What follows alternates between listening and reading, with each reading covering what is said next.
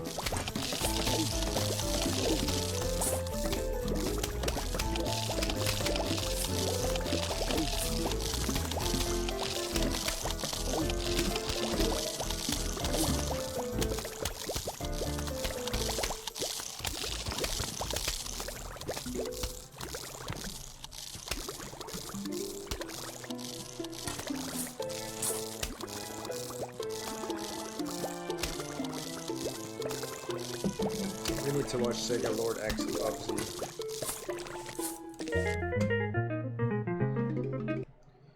I need to watch Sega Lord X Bubsy.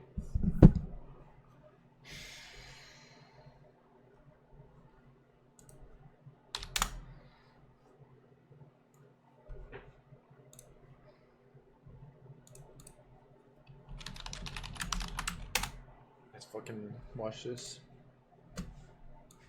To a 2D platformer like this. I understand that the game is geared towards younger players, but by the time I got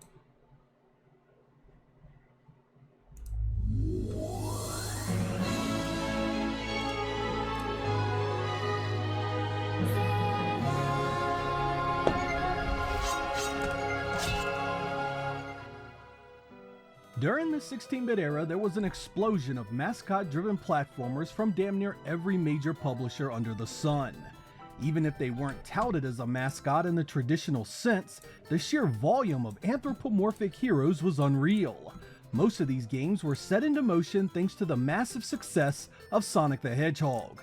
Not only did Sega pave the way for developers who had previously been afraid to take on Nintendo's plumber, but they did it to the tune of millions of units sold, sparking a bonfire of copycats for years to follow. Among this group was Accolade's Bubsy and Claw's Encounters of the Furred Kind, a platformer starring a bobcat trying to stop aliens from stealing his yarn collection. It launched in mid-1993 to a chorus of positive press. Every major gaming publication in the US seemed to love Bubsy, and after checking while making this video, the same seemed true for most of the Euro magazines of the day. I found this odd because the modern narrative would seem to suggest that Bubsy was an awful title worthy of ridicule. What was the truth in that? And is this game worth playing today? Let's find out.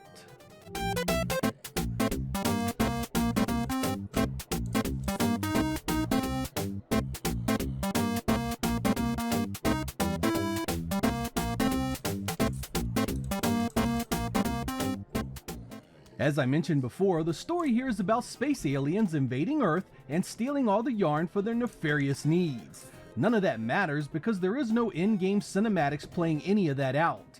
You do get a colorful comic story in the instruction manual, but if you are emulating this, you'll need to look it up to appreciate it.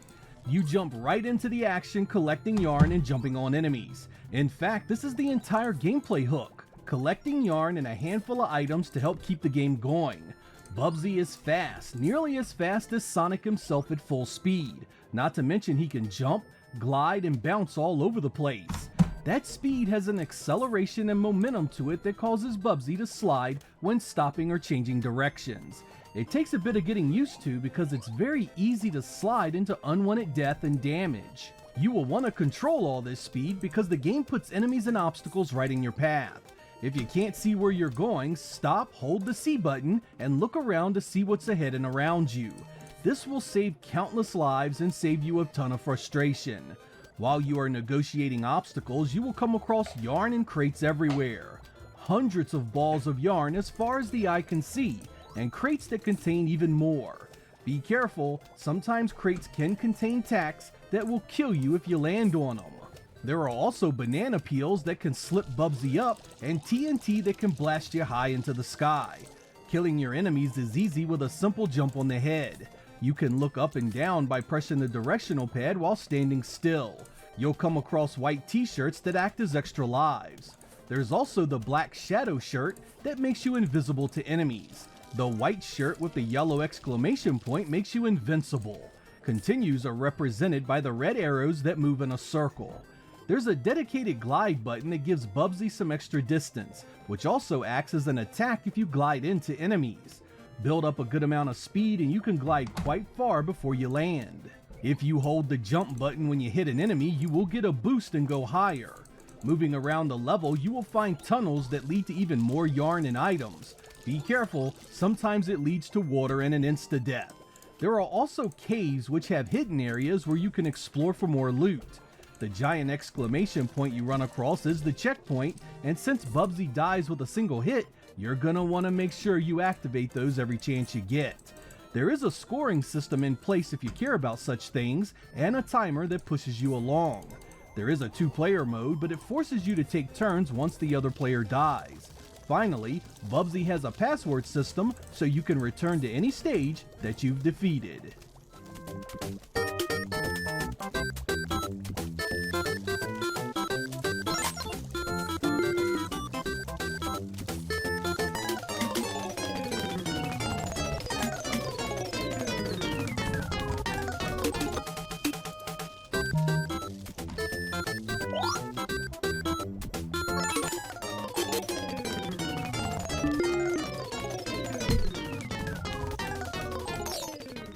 Bubsy was a very decent looking video game. It was colorful, had loads of parallax and line scrolling effects, and Bubsy himself has quite a few animations.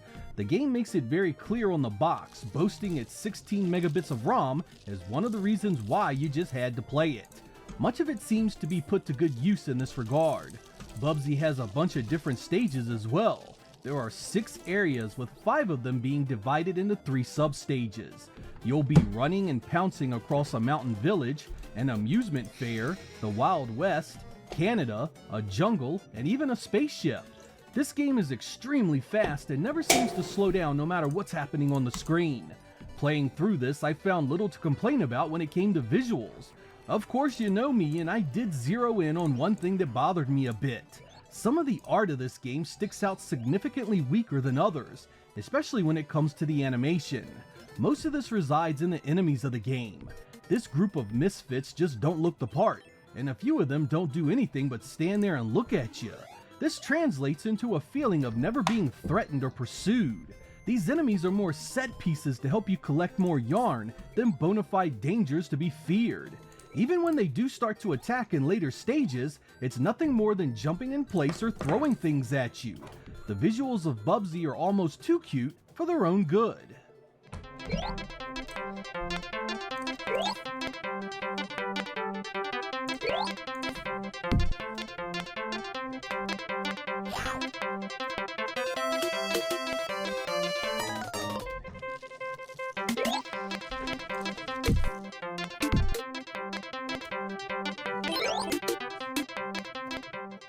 The sound and music in Bubsy uses Accolade's proprietary driver and fits the cutesy presentation. It didn't fill me with inspiration, nor did it irritate me, so I suppose I would call the entire audio presentation average. There's a good bit of voice work for Bubsy if you enjoy speech, though it does have the scratchiness associated with so many Genesis titles. Let's have a listen. Hey, I thought I saw Elvis back there. Couldn't that be Fearless? Uh-oh. What could possibly go wrong?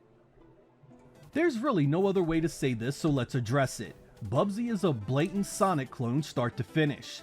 So many of the areas feel ripped straight from the little blue blur that you almost expect for him to show up at some point. Much of the stage design is also built for extreme speed, another element lifted from everyone's favorite spiny mammalian. Accolade obviously wanted that connection to draw in millions of fans that enjoyed Sega's flagship platformer. That in itself doesn't make Bubsy a bad game, but it certainly loses points for originality. For much of this journey, it feels like a Sonic game that isn't quite as well made. I mentioned in the graphical segment that the enemies are not well animated, nor do they present much danger that affects the gameplay. This adventure feels pedestrian at times, thanks to enemies that really don't do much. This is one of the most focused collectathons I think I've ever played. Yarn is everywhere, and every enemy, obstacle, and set piece is where it is to help you collect even more yarn. Seriously, this game needed a reduction in yarn collecting and more enemies that actually threaten the path you traveled with different attacks. Death in Bubsy comes not through well-designed enemies, but through cheap blind drops and projectiles that are fired off the screen.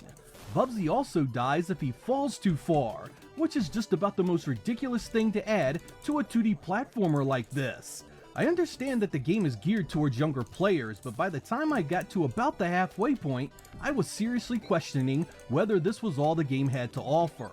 You get the rare vehicle to ride, a few hidden items to sniff out, and some caves and tunnels to explore, but everything is so hyper-focused on collecting yarn, it becomes exhausting. By World 3, I had stopped even trying to collect any of the items and was just hoofing it to the finish line to see the next area, dying for something new to do. That never came, and that there's the biggest issue with Bubsy. It's boring. Incredibly boring. It looks good, it sounds okay, and the gameplay never feels outright bad.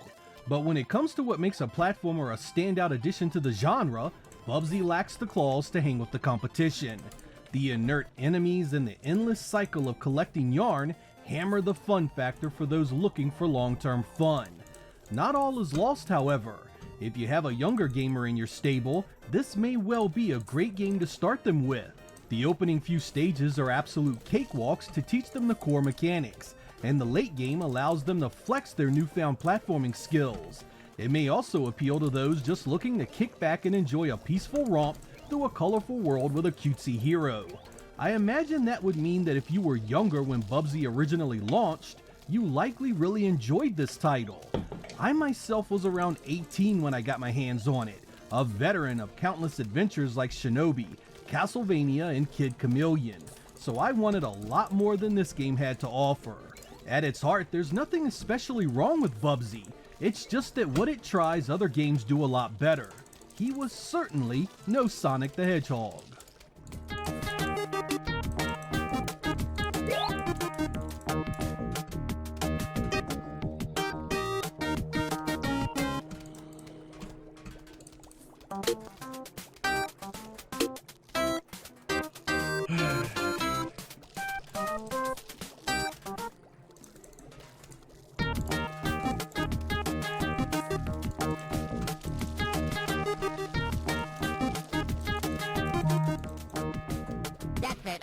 You can't make me. Going back to those magazine reviews I mentioned in the opening, I can understand dropping a 6 or a 7 on this and recommending it to a younger audience. But these reviews painted a picture that Bubsy could compete with the big dogs. I didn't feel that way at all and was left with a sense of disinterest before I ever saw the final stage. The enemies, the bosses, and the hook of this one just doesn't command much replay value. Hell, I'd even argue that once you beat the first few worlds, you've seen the best this adventure has to offer. Despite my personal feelings, Bubsy would sell well and spawn numerous sequels, a number of which have appeared on modern platforms some 20 plus years later. The legacy of the first one here will probably differ for many of us. While I didn't think much of it, the ease of play and heavy focus on collecting things would have made it a hit for some of you. Since it was multi-platform and appeared on both the PC and Super Nintendo, it was exposed to a wide swath of customers of all ages. Where did Bubsy fall with you? Was it a great platformer that deserved its glowing reviews? Or did you sit there like me, wondering what the hell all the praise was about? Let me know down in the comments what you think. I'm Sega Lord X. Thank you guys for watching, and I will catch you next time.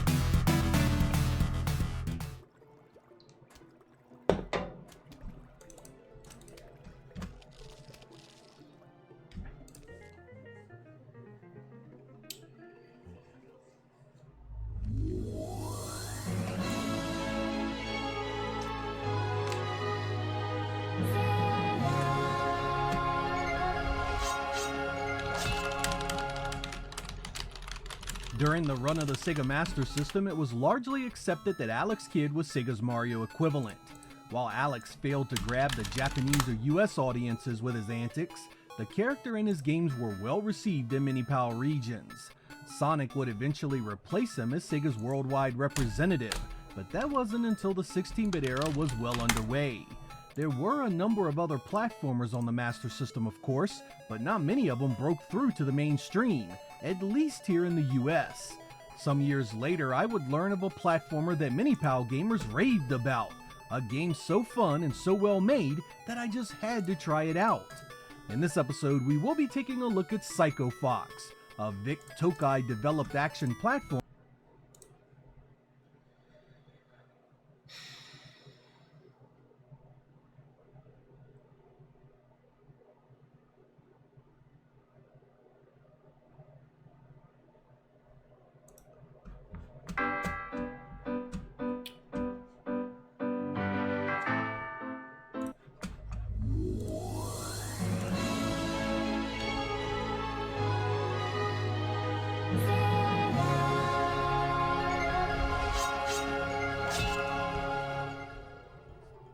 Something that may surprise many of you is that I was not a fan of Sega's Alex Kidd games. Being a dedicated NES supporter back then meant I was all about Mario during the 8-bit days, and playing something like Miracle World felt incredibly off-putting. The series just got worse from there for me. The rest of the Master System releases, that atrocious arcade abomination, and finally that ridiculous Enchanted Castle garbage the poor Genesis was saddled with. And Alex Kidd was a series I avoided like the plague. At least what I knew of it. Lurking in the shadows of 1990 was an extremely rare release called Alex Kidd in Shinobi World. As you can imagine, a Master System title released at that point in North America didn't get much attention, especially at retail or among the gaming press. That was at a time when Sega had relaunched the Master System as a budget alternative to the Genesis, and that entire campaign fell flat on its face. Alex Kidd in Shinobi World was easy to miss and even easier not to play. It was developed by Sega R&D 2, whose members worked on other great Sega games like Castle of Illusion, Golden Axe Warrior, and Sonic. There's no question the talent behind the scenes was there, and in this episode, we are gonna find out how this game fared mixing two completely different IPs that seem to have very little in common. Was it a match made in heaven, or did Sega dilute the Shinobi pedigree with yet another unplayable Alex Kidd monstrosity? Let's find out.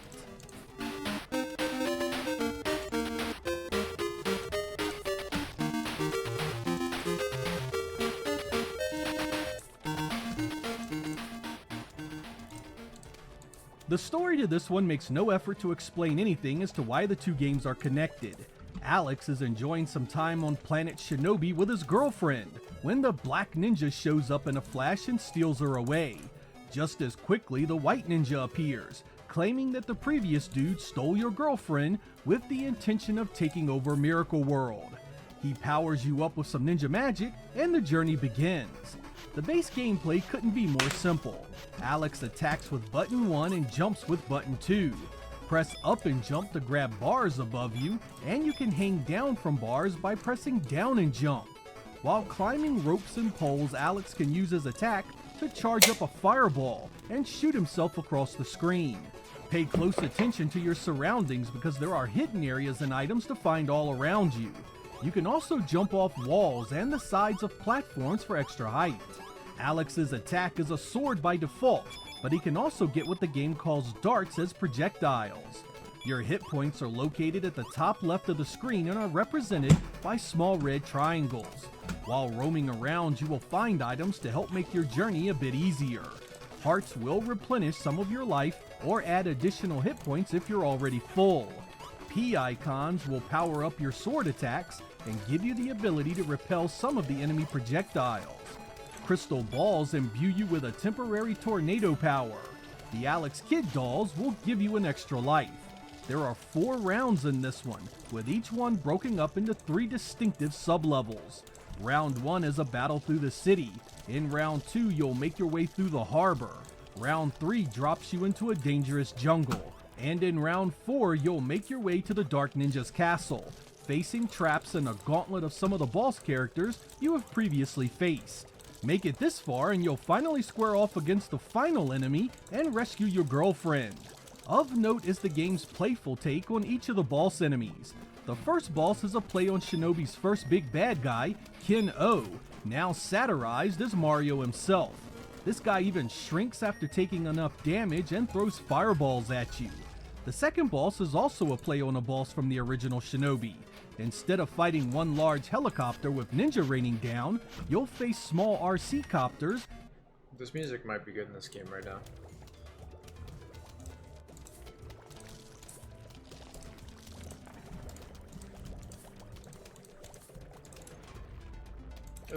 It's like a pretty decent. It's probably better than the music in Alex Kidd that I'm listening to.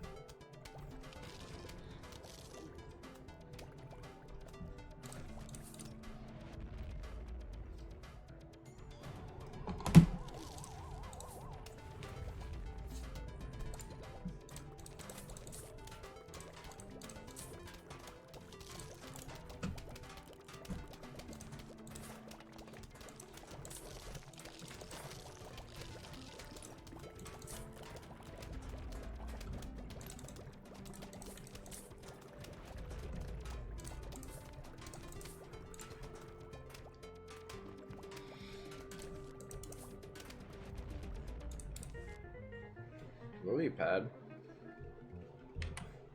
That must be defeated. Pay attention to the counter at the top of the screen to keep up with how many you've destroyed. The third boss plays off the samurai called Lobster in the original Shinobi, renamed here Robster, and is literally a lobster jumping around the screen.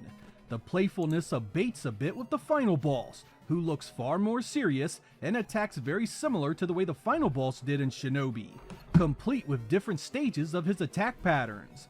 In order to see the ending, you'll need to do it alone and with only a single continue.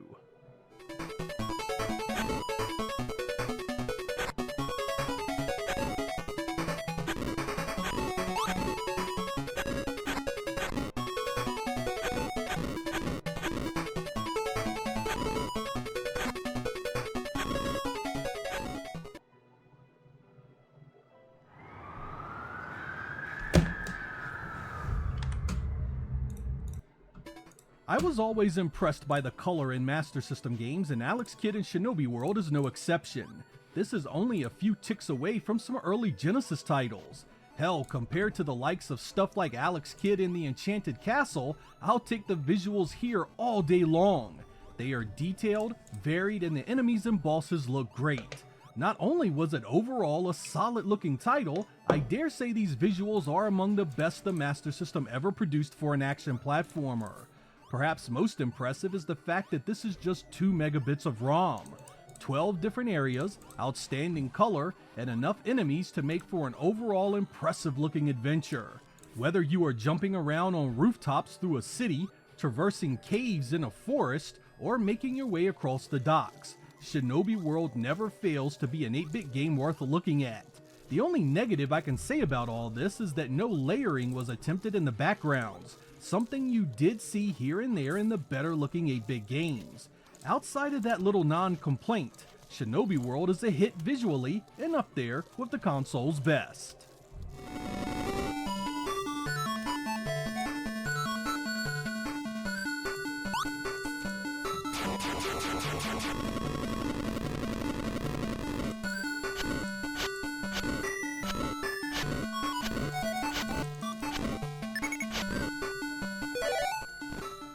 The Master System uses perhaps the most contentious sound solution I've ever encountered.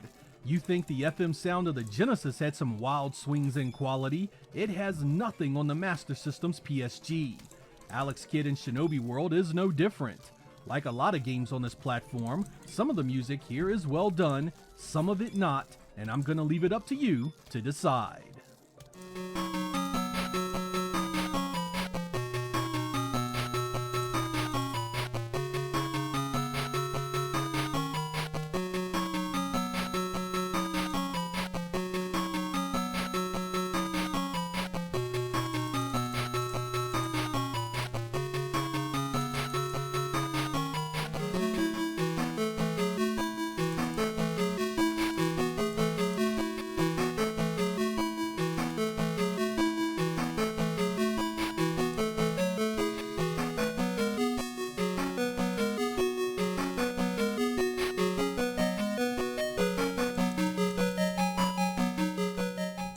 There's so much here I want to praise, from the visuals to the highly enjoyable gameplay.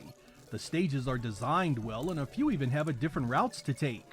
The enemies are placed in areas where they aren't cheap or a pain to deal with. It really is a fun ride from the moment you dispatch your first enemy. But is it perfect? No, it's not, and it starts with the runtime and difficulty.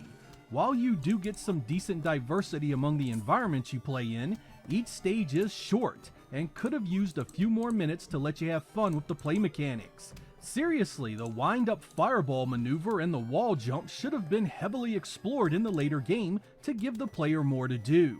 This game also desperately needed a difficulty setting.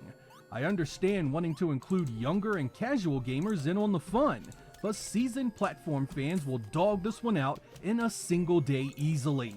The problem manifests in the bosses that die too quickly and the stages that needed more enemies and obstacles.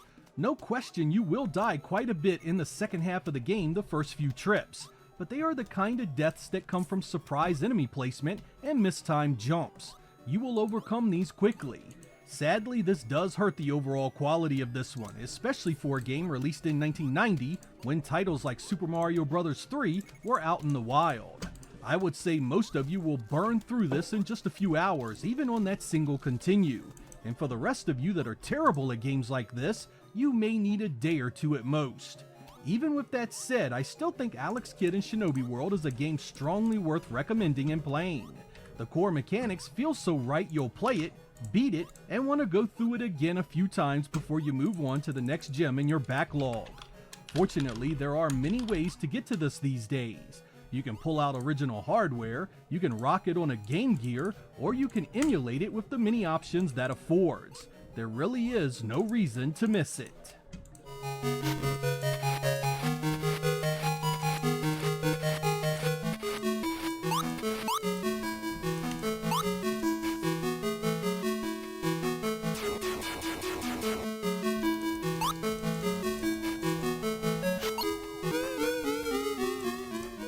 If I'm being honest here, I have to genuinely wonder why Sega never upgraded this one to a full Genesis release. The groundwork was laid here for an outstanding 16-bit title, if not series of 2 or 3 games. One also has to wonder if Sega and its Master System would have fared much better in the US had it had more games like this. It really is an A+ effort. Alex Kidd in Shinobi World doesn't really play or feel like either of the games on which it's based. It leans closer to Shinobi, of course, but I can't say it feels like it passed the theme. What Sega did here is actually the best approach for such a project. Instead of mirroring the 2 games it uses for inspiration, it created something that feels like its own thing. This is likely due to the way it went through development. Sega had intended this to be aimed at younger players called Shinobi Kid, adding in the Alex Kidd connection in the final stages of development. While the gaming media in the US ignored this one, the rest of the world celebrated it as the great game it was. No matter which magazine you find, you're gonna see scores befitting a title that should be recognized by far more retro enthusiasts. Should you be interested in the Master System and have never played this, you can't get a stronger recommendation than that. Find it, play it, and see what all the fuss is about. I'm Sega Lord X. Thank you guys for watching, and I will catch you next time.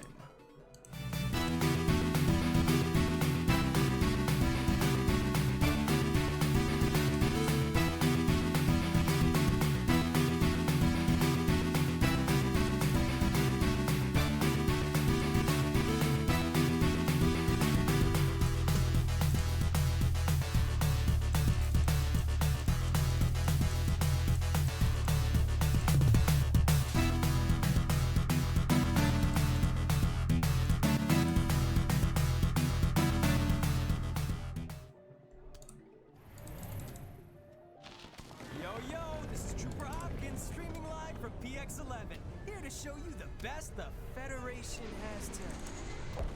Incoming!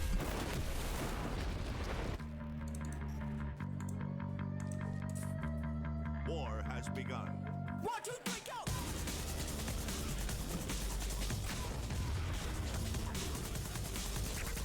Break down the door when you arrive on site. Everybody wants to know what they're doing it right. Your fist to a wall, 'cause we got it in sight. Let's start a fight. Let's start a fight. Let's start a fight. Let's start a fight. What is this, bro? What the fuck is that?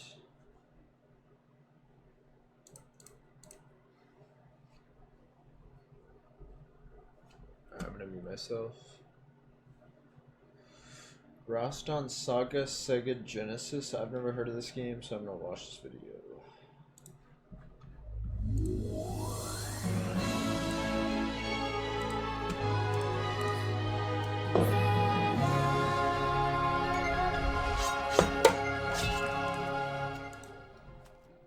Way back in 1987, Taito released an arcade game called Rastan, or Rastan if you prefer, an action platformer that took heavy inspiration from Conan the Barbarian. It basically told a story about how Rastan defeats many evildoers and ascends to the throne. Rastan first showed up for me at the Fun and Games arcade at Charlottesville's Fashion Square Mall. I was blown away by the visuals, which of course meant I needed to drop a credit in and give it a go. I was met with one heck of a fun adventure. Roston had different weapons to use. He could attack above and below. He could swing and climb ropes. He had to avoid traps and face some pretty aggressive enemies. It was a standout title among the 1987 pack, and I played it as much as I could whenever I found it. Eventually, I would discover the Sega Master System port in 1989. The visuals and sound took a hit, but the gameplay was quite well done. It would see numerous ports to home computers as well, but back then I only ever saw the Master System edition, and it was good enough. Imagine my interest when I discovered that Taito had created a direct sequel called Roston Saga 2, and was releasing it for the Sega Genesis in 1991. Man, I was so incredibly excited to play it, and in this episode, we will go over what I thought of it and how it turned out. This one is painful, so let's get it over with.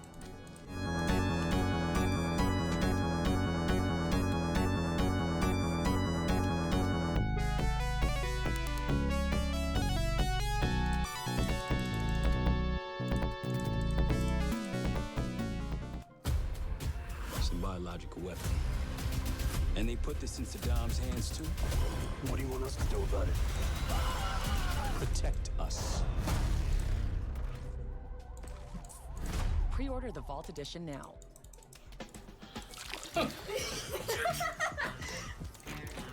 At TD Bank, we see millions of transactions, but it's the humans behind them that matter most. It's why we're leaders, with guidance and solutions that put people at the center. That's how every TD employee helps make our bank the greet you and your dog by your name, open longer when you need us kind of place. Because believing people matter most is how we're making banking unexpectedly human. Like the original Roston, Part 2 is a tale about the main hero's younger days before he became king. A band of demons known as the Wicked Group intend to steal the Stone of the Wise and take it to the top of the Great Skyscraper, giving them absolute dominion over the earth. The human population cowers in fear as monsters wreak havoc, but Roston rises to the challenge to stop their advance. The game is a pretty standard side-scrolling action platformer from there. You start with a basic sword and shield, and like the first, you can attack above and below you. When not attacking, Roston has a default blocking stance with his shield, though you must be facing the enemy in the proper direction to avoid the attack. If the enemy is above you, you must be pressing up. Below you, you must be pressing down, so on and so forth. Your sword and shield aren't your only options, however. You can also get a great sword that is much longer with a greater reach, and you can get a pair of claws that attack extremely fast. From there are a few different power-ups to add to your offensive capabilities. The Flame Crest adds fire to your attacks. The Lightning Crest adds electrical damage that can't be blocked. You can get a set of fangs that orbit you and do damage. There's a crest that destroys all the enemies on the screen as well. Other items in the field include life replacement, a damage-reducing cloak, and extra lives. After you defeat the boss of a level, you get a stone that upgrades your damage output. The stages themselves are very simple in overall design. There are obstacles to contend with, but it's rarely more than some light jumping or rope swinging required to negotiate them. Environments range from mountains, forests, and caves, 5 in total, each with 2 parts and a boss encounter. Some enemies have the block capability the same as you, so the proper weapon and attack can make all the difference. Your life is a 10 block bar at the bottom left of the screen. In true arcade form, a timer drives the action and you lose a life if it runs out. You're gonna want to watch those lives because you have limited continues. Finally, the arcade original sported 2-player co-op, while the Genesis port is for 1 player only.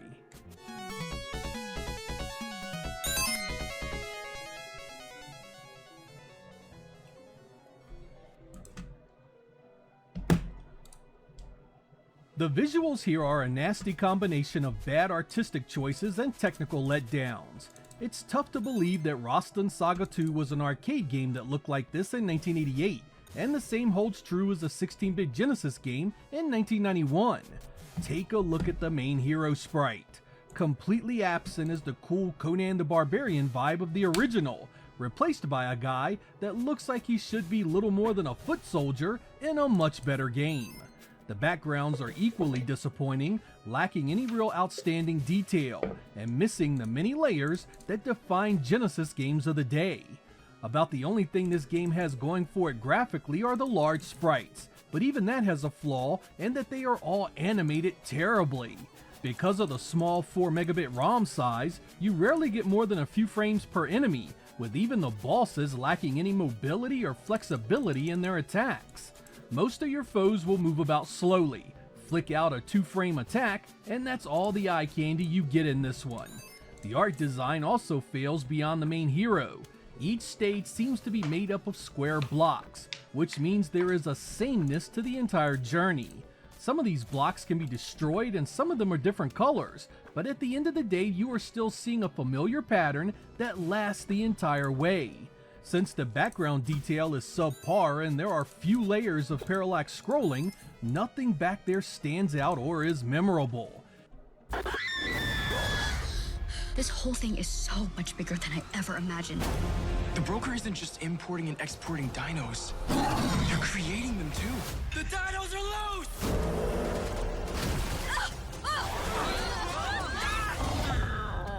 Seriously, dude?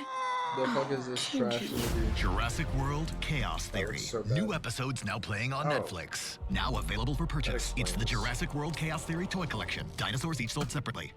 Lupus may have kept me away in the past, but today I'm so here because Safnello works on my lupus here, and here. Safnello is for adults with moderate to severe lupus who are on other lupus medicines. The first FDA-approved treatment for adults with lupus in over a decade, Safnello reduces disease activity across different parts of your body and organs that lupus can affect, and may reduce oral steroid use, so you can show up and really be there. Do not take Safnello if you are allergic to it. Safnello may cause serious side effects, including serious and sometimes fatal infections, and may increase cancer risk. Get help right away for allergic reactions. Tell your doctor about infections, recent or planned vaccinations, and your other medicines. Side effects may include upper respiratory infections, bronchitis, infusion reactions, shingles, and cough. There's more to life than lupus. With Safnello, I'm here for more. Ask your doctor if Safnello is right for you.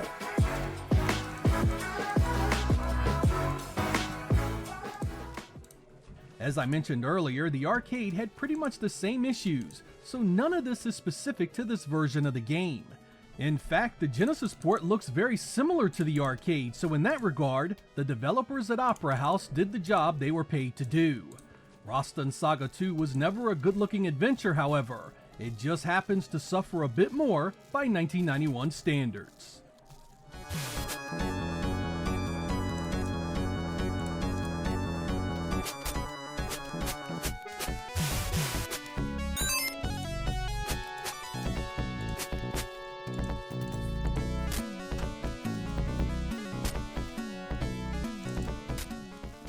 The sound in the first game was downright iconic. It even sounded fantastic on the Master System when it came home. The arcade Saga 2 didn't sound so bad itself, but in this home port, the Genesis does a substandard job with the sound and music. Nothing here stands out, there isn't much of it, and all the arcade speech has been removed. Again, this is likely strangled by the 4 megabit cart size. There are but a handful of tunes that stay on repeat the entire way, and there was no room for speech of any kind. By 1991, we had heard some impressive audio from the Genesis, so this was a letdown on every level. Here are a couple examples so you can get a feel for the soundtrack.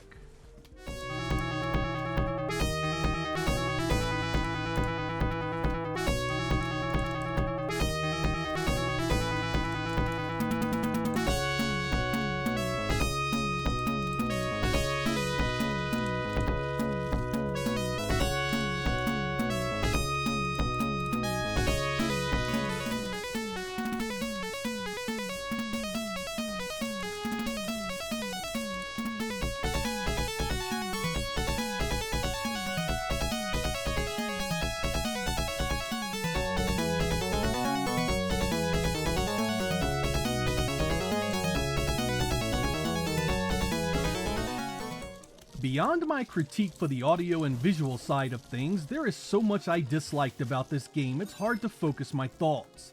It's incredibly short and can be beaten in 20 minutes once you know the enemy and trap patterns.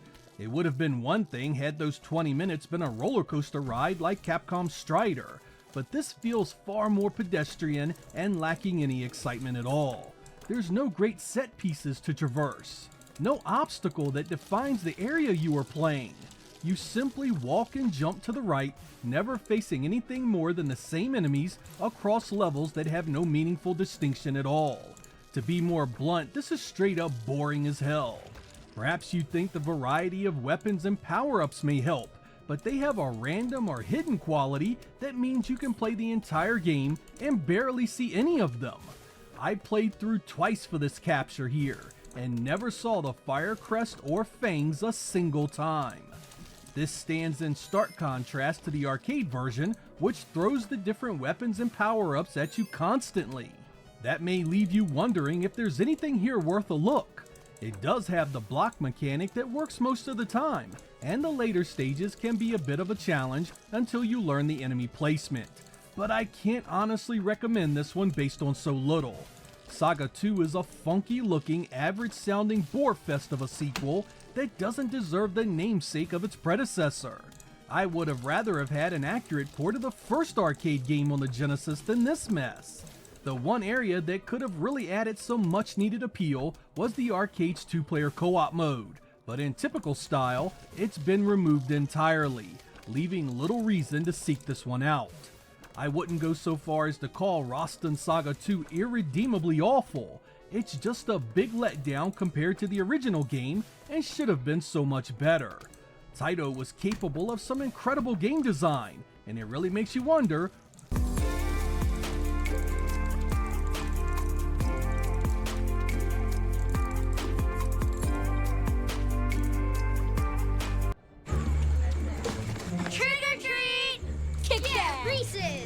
Oh, great costume. Looks like you deserve both. See ya, boys.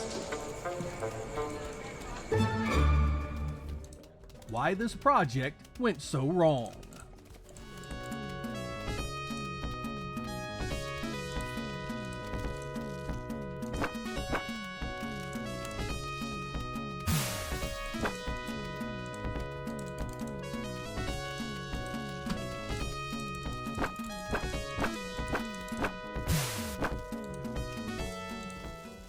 The Genesis wasn't the only home console to get a port of this. The PC Engine received one as well, which again is surprisingly close to the arcade in terms of visuals. You get the large sprites and the stage design is fairly faithful. The PC Engine game even manages to sound like the arcade a bit more than the Genesis. Beyond that, it's the same story. A boring game that lacks the arcade original's two-player mode. And that's it. That's our legacy for this sequel. A so-so arcade game with two so-so home ports that all fail to live up to the appeal of the first game. This game needed a larger ROM size, smaller sprites to preserve the two-player mode, and additional content and more stages, enemies, and items. This was 1991 and the 16-bit landscape was changing in a major way. Video games are getting longer, deeper, with much more to see and do in the way of secrets and hidden content. Simple arcade ports of super short titles didn't cut it anymore, something Sega itself had tried to contend with by making games like eSWAT, City Under Siege, and The Revenge of Shinobi entirely new experiences.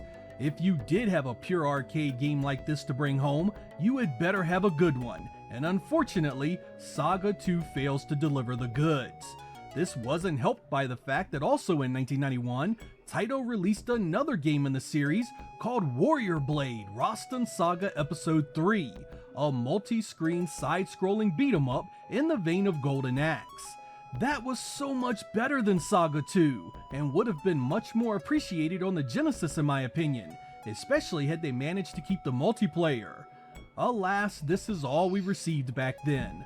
A disappointing port of a disappointing arcade sequel. With nothing to draw inspiration from, the Genesis version was doomed before it was ever released. I'm Sega Lord X, Thank you guys for watching, and I will catch you next time.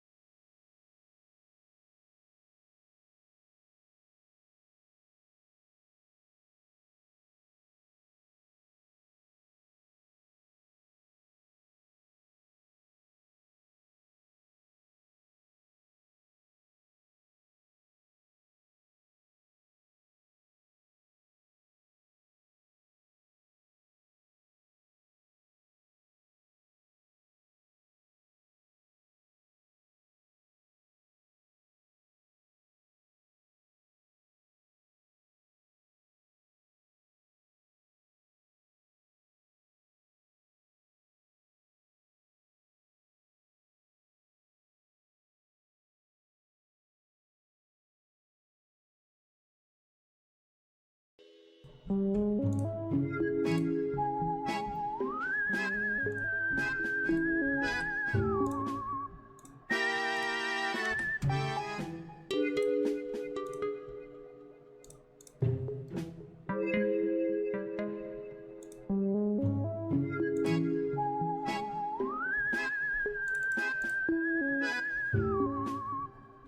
fuck, this guy doesn't even like provide commentary, I just realized, for this tier list video.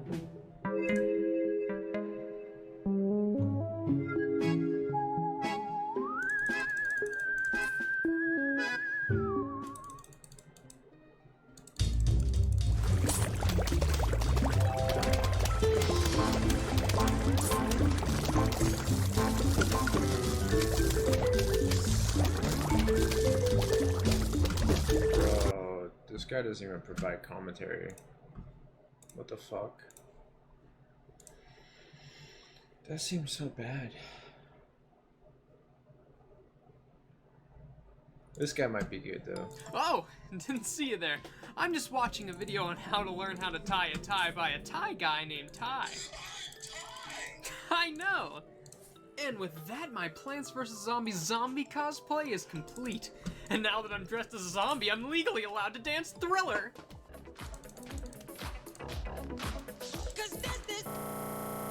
Unfortunately for me though, this is the time of year where the average lawn has more plants on them than any other month. But to be honest, most of these lawns are pathetic. These plants couldn't even take out zombies. How are they supposed to keep away swarms of children? Especially when they're gonna dress up as Fortnite characters, the Scream guy, and I don't know, damn Daniel. So in order to keep your lawn protected this year, whether it be from zombies or children, I decided to make a quick guide to the Plants vs. Zombies plants. Because in order to keep these brains, you gotta use them. Also, this is a tier list. The pea shooter is probably the most iconic plant out there and is the only constant damage dealing plant you get until you get the blue version.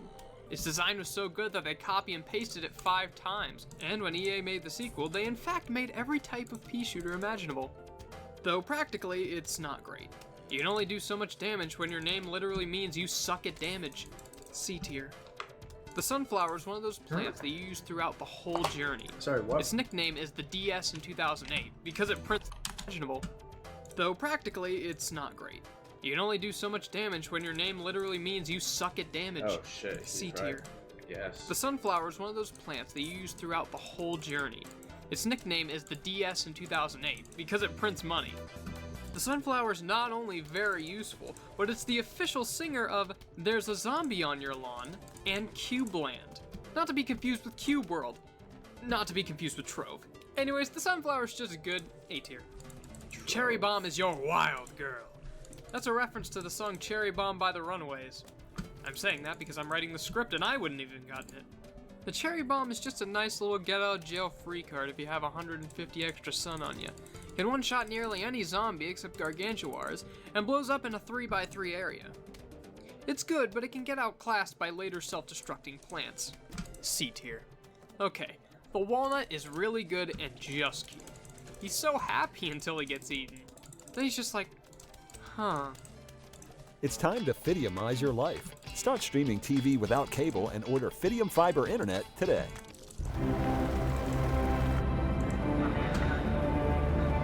Stand up!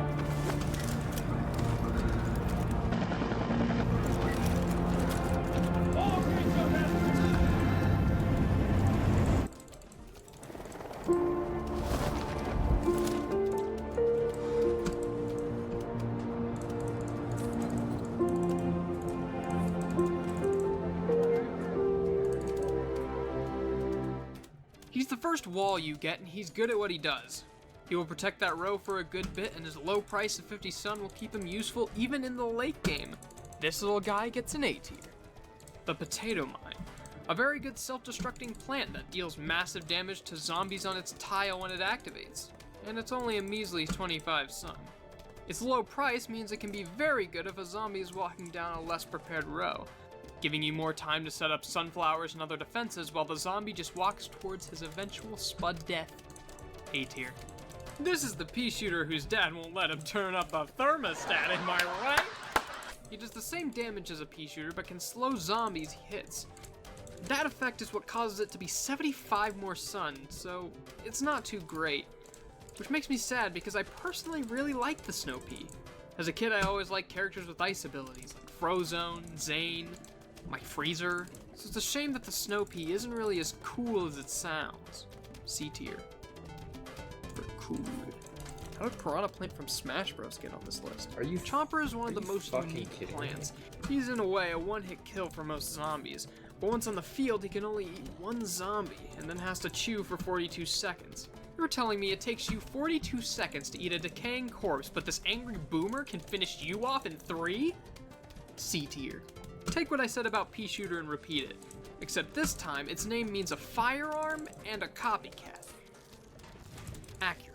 This one is in B tier because it's more damage while using less space. There's really not much else to say about the repeater. Here is the Puff Shroom. You'd think that because of its sun cost of nothing that it would suck, right? Yes, but actually no. The Puff Shroom does little damage and has a small range.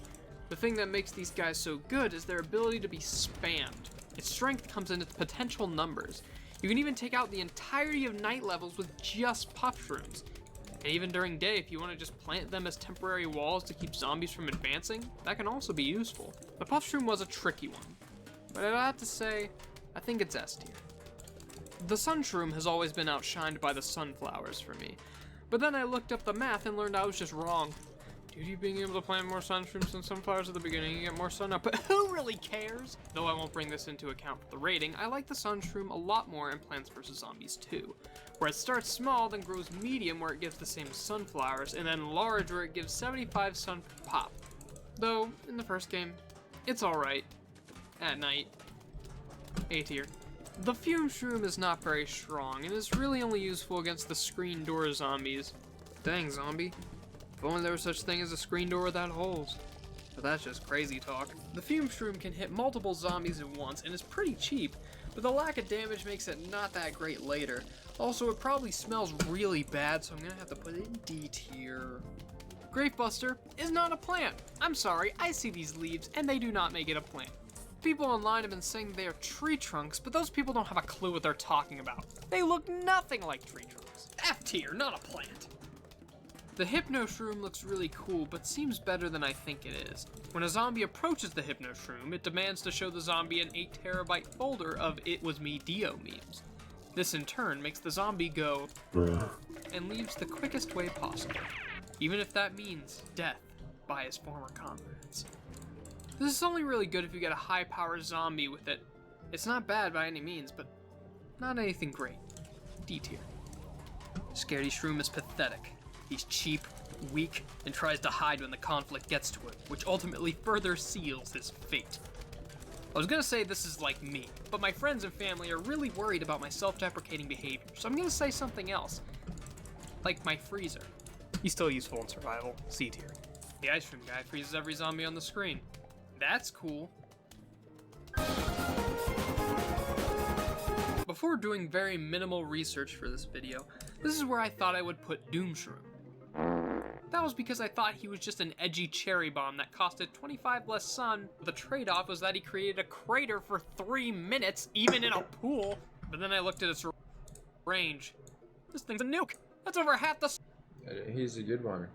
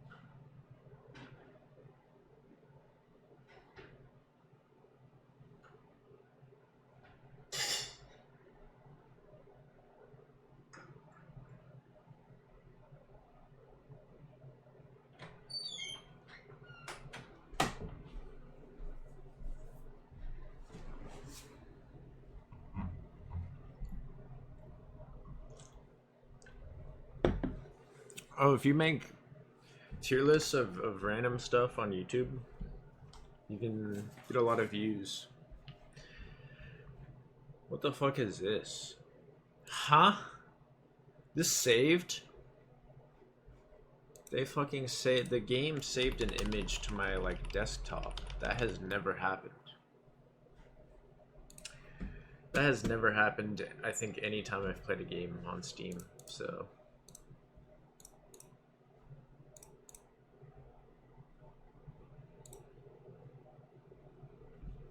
Does Ethos Lab sounds like Ethos Lab sounds different? What happened to him, man? What actually happened to Ethos Lab? Let's go to like this one.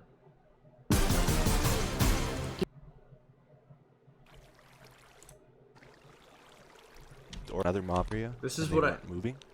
This is what I remember. So even if that happens, if another mob comes up, it'll push them. That's what I remember Ethos Labs sounding like. He sounds super different now. That's fine. Oh, he's getting. No, he's. He sounds. That's fine. Oh, he's getting. No, you stay away from my horses. So that's awesome. If we can make this work, I'm gonna put these glass blocks here as kind of a barrier, so there's no way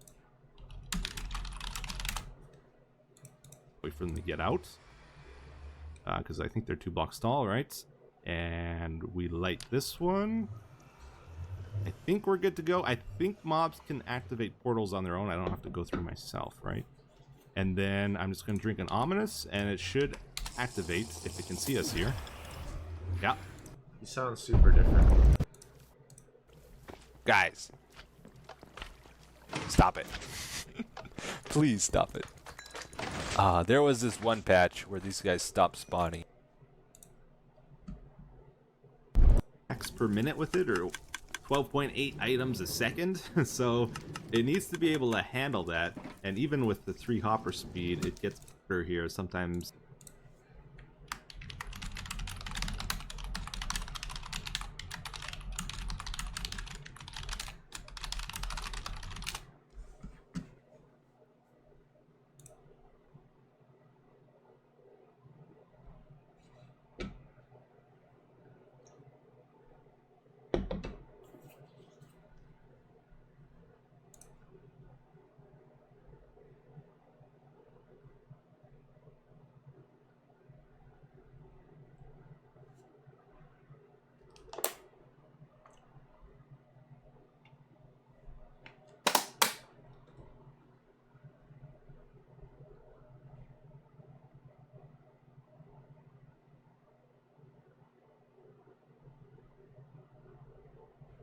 Anyway, let's return to this.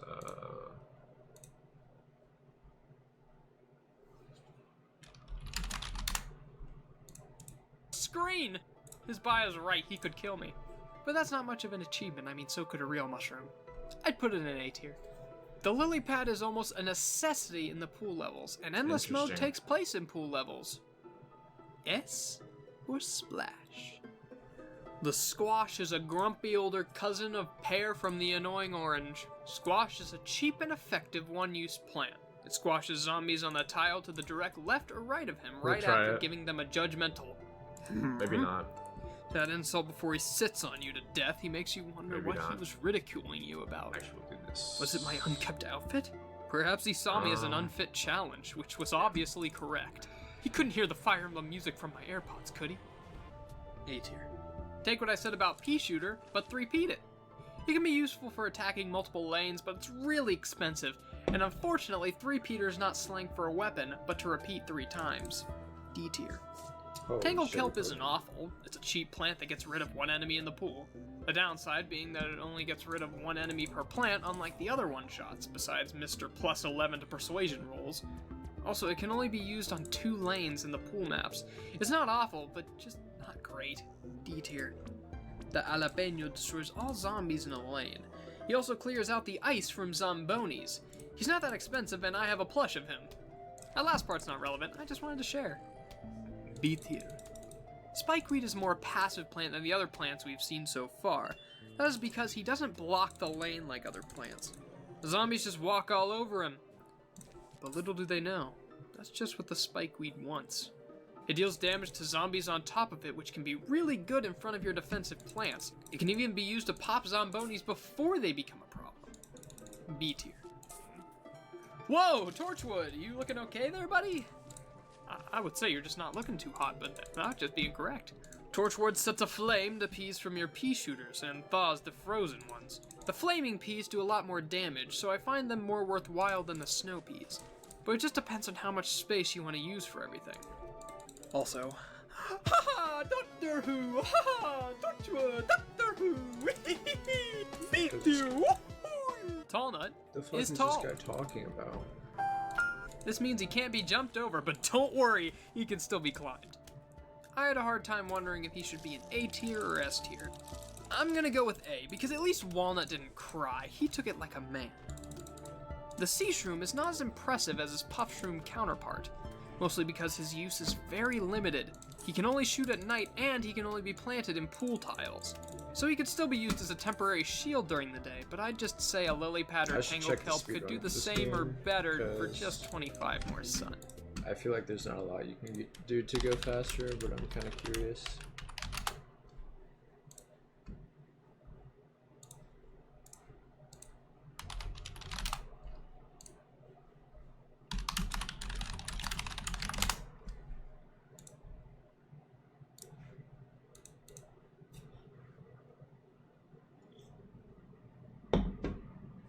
Percent 3 hours 15 minutes. Some dude got the world record 2 months ago. DS is 4 hours. That's interesting.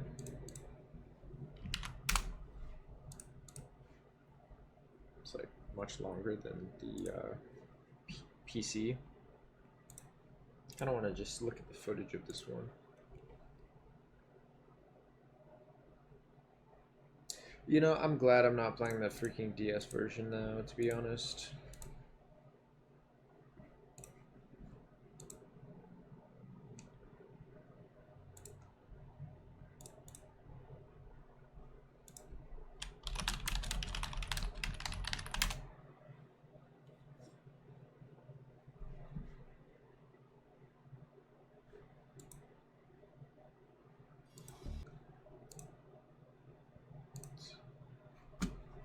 Anyway,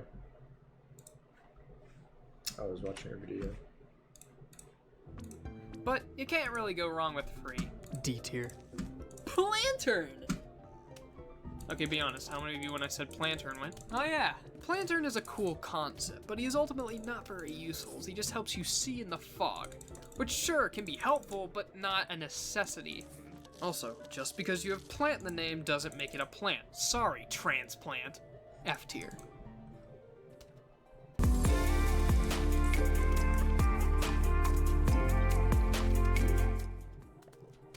Sorry.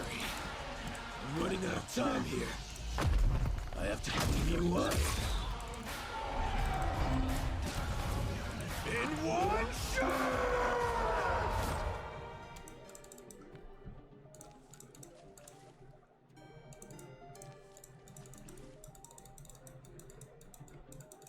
Why does everyone like the cactus? In my free time on games with chat rooms, I like asking people what their favorite Plants vs. Zombies plant is. And the second most popular answer is cactus. That's because you're asking on freaking Club Penguin. I'm gonna be honest, the only reason I'm making this video is to rant about this thing. Cactus serves one purpose. The cactus costs 125 sun and does the same damage as a pea shooter, the default plant. The only difference is that the cactus can shoot down balloon zombies, which pea shooters and the shrooms can't hit. So for the first map with balloon zombies, you either have to use lawnmowers, explosives, or cactus. I think the only thing that people like about this Lincoln log is its design, for it's one of the few offensive plants that aren't a catapult, a purple mushroom, or a pea shooter. I mean, in reality, cactus would be in like low D or F tier. But I hate this thing so much, it's going into the intangible pit of darkness and despair tier.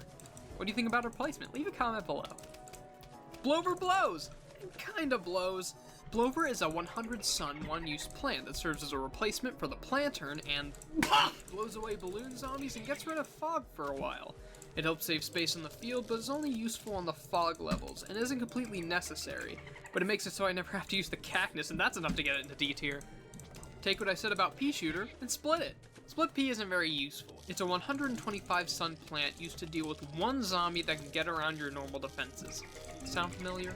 Split pea can somewhat be more useful if planted in the front lane with difficult zombies behind it.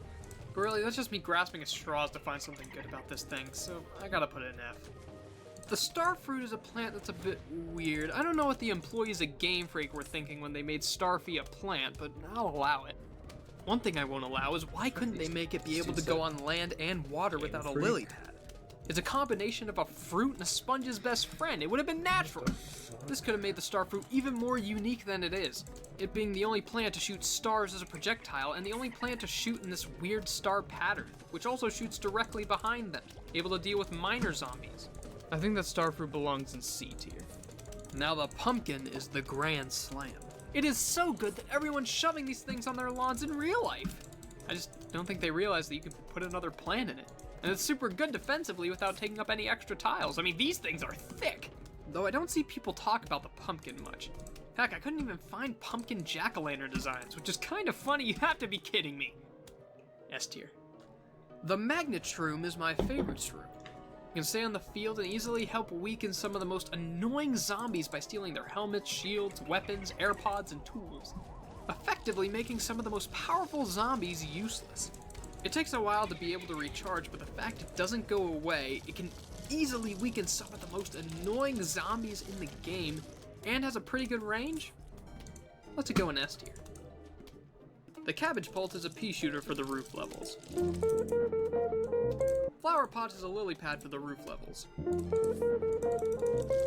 It's highly recommended on the roof, but not quite as useful in endless, but the ongoing debate of whether it's a plant or not has kept it from going any farther than B tier. Colonel Paul untraps his corn onto unsuspecting zombies. His kernels are weaker than cabbage, which is disappointing considering his rank in the military. His real appeal is his special attack, where instead of a corn, he fires a butter, which not only stuns the enemy, but does average damage. C for Cornel. Coffee Bean gives you access to your mushrooms during the day. What'd you expect, a light show? B tier. Garlic is so goofy and joyful, it's sad to know what happens to him in his later years. So Garlic can be used to divert zombies into another lane. This is useful for certain tactics, like keeping your sunflowers on the bottom so you can have more damage in the other rows. However, if you don't go with a strategy like this, it could go never used. But it's good at what it does. However, not to mention, he stank. Black Doom. I destroyed you once. I will do it again. Unleash the power! PlayStation. Find your next ride at Bill Dodge Kia of Saco. Right now, lease a sporty new 2025 Kia K5 at just $269 a month. The K5 stands out with unmistakable attitude and thrilling available turbocharged performance. Inside, keep everyone comfortable in a spacious cabin loaded with premium amenities and advanced tech features. Click now to learn more. C tier. Umbrella Leaf is a support plant that keeps Bungie zombies and certain projectiles from harming your other plants. Umbrella Leaf is a situational but useful plant. Unfortunately, the Umbrella Leaf wasn't available in the only level with the rain, making it miss its most useful opportunity, and putting it in C tier. Marigold! I know this is gonna upset a bunch of Marigold fans, but it's an F tier. There's nothing I can do. It's not a plant, it's a mineral. I'm sorry. The Melon Pult is the final plant in story mode and is the most powerful tower that's not an upgrade. And really, that's all there is to say. It's a good plant. A tier. Okay, lightning round. Upgrade plants. Gatling Pea, A tier. Take what I said about Pea Shooter and Gatling it. Twin Sunflower, A tier. Sunflower times 2. Gloom Shroom, S tier. A very powerful close-range plant that works well with garlic strategies. Cattail, S tier. Can reach any lane and is the only tower in the entire game that can pop balloons. Wintermelon, S tier. Melon Pult that slows zombies. Gold Magnet. Spike Rock, S tier. Stronger spikeweed that can survive gargantuar attacks in multiple vehicles. Cob Cannon, S tier. Big pricing, big weapon, big range, big damage, big corn, big chunk. This last plant has the powers of all the plants combined, and it's a potato mime. Not to be confused with the potato mime. One does this, while the other does this. Kaboom to you, sir. The imitator lets you take the same plant with you twice. This makes it so you can place the plant twice as fast. This can be very good for getting pumpkins down quickly or getting defenses up earlier. The imitator's not the cream of the crop, but I'd say it's a B tier. And this is it. This is the official Viddy's Vids My Opinion on series Plants vs. Zombies plant tier list. I hope I informed you on how to properly protect your lawn. And now if you'll excuse me, I got brains to go hunt. The joke wasn't worth it.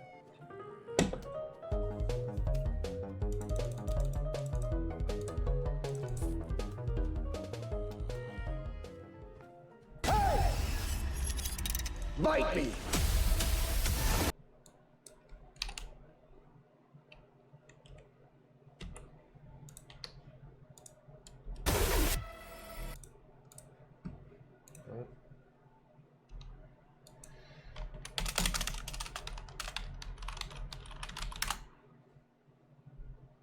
Oh, here we go. I found a good video. Plants vs. Zombies was centered at a major turning point in casual gaming. What was once a realm dominated by puzzles has shifted to a place where a casual experience could be a bit more complex and yet still maintain mass appeal. It's no doubt, video games are becoming more and more a part of everyone's day-to-day culture. With smartphones now, a diversion like Plants vs. Zombies is never out of reach. Before, tower defense was a widely unknown genre. Now, games like Clash of Clans have topped App Store download charts and garnered the attention of major developers. Plants vs. Zombies wasn't the first of its type, but it was the first to become an enormous international success. Was it really a pioneer in casual gameplay? Or was its success the result of a more commercial paint job on top of a regular tower defense game? It's time to find out as I complete Plants vs. Zombies Game of the Year Edition. Hey everyone, and welcome back to another brand new episode of The Completionist. Guys, for the first time in 18 months, we've got some brand new merch for you to have in your hands. Get ready, because I'm calling March the merch month. That doesn't work well. Sonic Forces merch month. There you go. That runs a little bit better. So for this month, we are doing a merch run kind of based and inspired by Sonic Forces. You all love the game. You all hate the game. And I'm going to make a video on it later on this month. And to celebrate that video, I wanted to give you guys some new merch. So for the first time ever, we have the Completionist logo t-shirt. This is just a simple, the Completionist logo on a t-shirt with the TOVG logo on the background. I'm hyped for it. Longtime fans of the show just wanted something that just said the Completionist, so here you go. Next on our lineup is the Jerd the Birdman Gotta Complete It shirt. This is my original OC from Sonic Forces. Do not steal. Please do not steal. If you want to buy that shirt, you can pick it up right here at theyeti.com. And if you are a true gamer, you can get yourself one of these bright yellow That One Video Gamer hats to show your true color as a gamer. All this merch is now available at theyeti.com/thecompletionist. Aside from the Completionist logo t-shirt, the Sonic shirt and the Sonic Forces hat are going away at the end of March. So get it now while you still can. Again, you can get it at theyeti.com/thecompletionist. To say that Plants vs. Zombies used to be my obsession would be an understatement. I was obsessed with this game. This game single-handedly brought me back into gaming when I was in college. But at the end of the day, I kind of forgot about this game and PopCap in general because, man, a lot of stuff happened since I first started playing the first game. So I thought, you know what, let's get a little bit nostalgic for me. Let's go deep into Plants vs. Zombies Game of the Year Edition for the PC. Let's begin. Yes!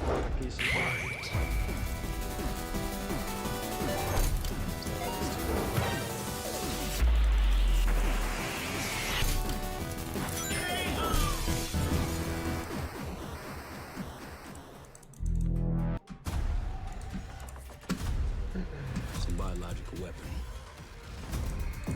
And they put this in Saddam's hands too? Do it. The nature of our enemy is unclear now. What do you want us to do about it? protect us. Time we had a chat. Pre-order the Vault Edition now. TD Bank sees millions of transactions, but we never forget it's the humans behind them that matter most. So, even though we're leading, changing where and how people bank, and we have the financial strength and industry expertise to support small and global businesses, we'll always believe in putting people first. And believing that is how we're making banking unexpectedly human.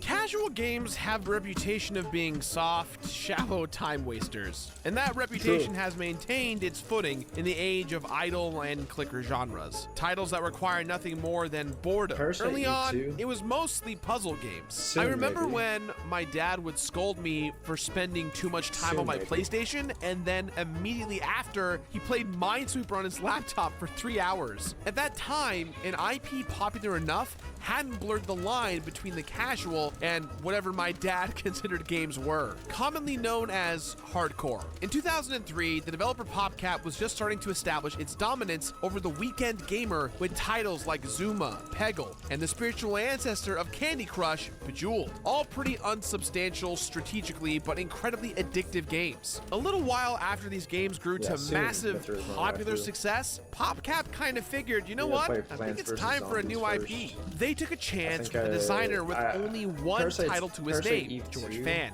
5 years later, what came out grew bigger than anyone could have anticipated. A game with concepts simple enough to understand, but capable of deeper tactics. Something that could be played for minutes or hours, all wrapped up in an endearing package with a bit of ironic horror elements. It all began with a game called Insane Aquarium. We need to check what the guys what the guy rated Parasite Eve 2. Yeah, check what he did. What do you think?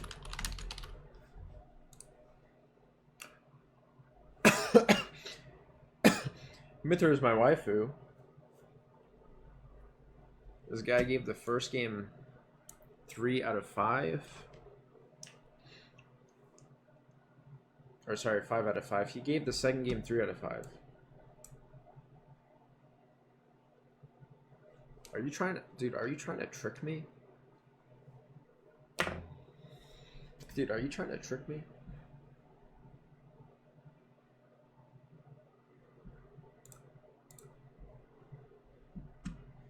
What is this?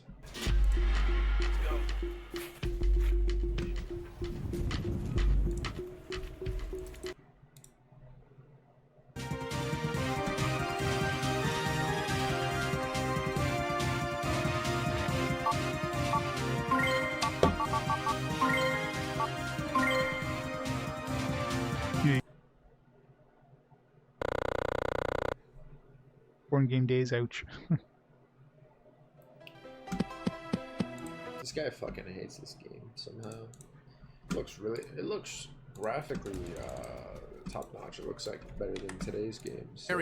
Insane Aquarium was a free-to-play game way back in the early days of JavaScript. You all remember Java, that thing with the installer that stayed in your program tray bar on your computers, no matter how many times you installed updates, eventually forcing you to uninstall it, and it still was somehow there? Insane Aquarium was acquired by PopCap to be made into a full-fledged commercial game. Designer George Fan had worked his way into the industry. In a full 7 years after the release of Insane Aquarium, Fan gave us Plants vs. Zombies. Born out of his love for StarCraft's tower defense mods, Fan painstakingly designed the game for the first year by himself. After that, it was only worked on by 3 other people for a majority of the creation process. Todd Semple with programming, art by Rich Werner, and Laura Shigehara with the music. Not bad for the sheer amount of cash this game produced. Plants vs. Zombies has shambled its way onto every gaming platform, including the BlackBerry. Personally, I am waiting for the Plants vs. Zombie D-Make on the Tiger handheld. And not only that, the game has had a tsunami of swag, comics, coloring books,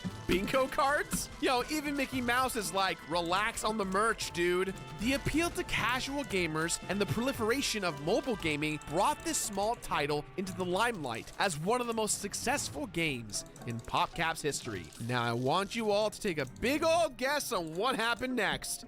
2 letters, just 2. EA. The gloomy specter of EA caught PopCap in its shadow and absorbed it in a roughly $800 million deal, with some sources saying even over $1 billion. To go from making free Java games for shitty online sites to being able to afford your own small nation is quite a happy ending. Except, surprise, surprise, after Plants vs. Zombies 2 was announced, George Fan was fired along with about 50 other employees of PopCap. EA, you dirty rascal, you've done it again. So don't look forward to Plants vs. Zombies 3 until they figure out how to perfectly blend multiplayer and absolutely require microtransactions. Oh wait, that's right. So back when I was in college, I played Plants vs. Zombies like it was going to save my life. As I was more focused on getting my 2 degrees, video games fell to the wayside. That was until one night when I had some free time, but not the energy to go out. I dusted off Steam to check out what ridiculous sales they were having at the time, and I saw a pretty resounding user rating for Plants vs. Zombies. The rest is your classic gaming love story. Eyes red until 3 in the morning, leaning in like I'm mouse hacking the Matrix. I was hooked once more. I know it's weird to say, but this game single-handedly got me back into video games when I was in college. I'll be playing the Game of the Year edition of Plants vs. Zombies, since there really wasn't an original version on Steam at all. The Game of the Year version was, in fact, a free upgrade, and I don't want to go find the OG version on a janky website like Miniclip or something like that. Now, personally, I have never fully completed Plants vs. Zombies, but it doesn't have a ton of achievements. Many aren't very challenging, like using only mushrooms on the map or hitting 5 enemies in the bowling minigames. But if I remember correctly, fully growing the Tree of Wisdom and passing certain endless mode thresholds can really take some time. My only apprehensions lie in the trend of casual games' idle nature. It's sort of a game that is meant to endlessly kill time. This can lead to some pretty monotonous completion requirements that span days or even weeks. But look at Plants vs. Zombies' blend of cute and macabre. Oh, this game means me no harm. It's time to sit back, relax, and relive the time that I survived Black Friday dressed as an azalea. Welcome to 355 Newberry Street, the block between Hereford and Mass Ave. Come on in the store. We are the oldest retail store on the street, on the entire street of Newberry, which is really cool. This has been my block since I was a little kid. This building was built in the late 1800s. It's called a carriage house, so it used to contain horse and buggies. Here's one of the old signs. These were all hand painted by my grandfather. The old way of doing things where everything was on a corner, it was a family business. That's what your kids wanted to do. That's disappearing rapidly. As I looked at where I was in life, my dad had retired, my uncle had retired. A couple of years ago, Are you kidding me? Shut the fuck up.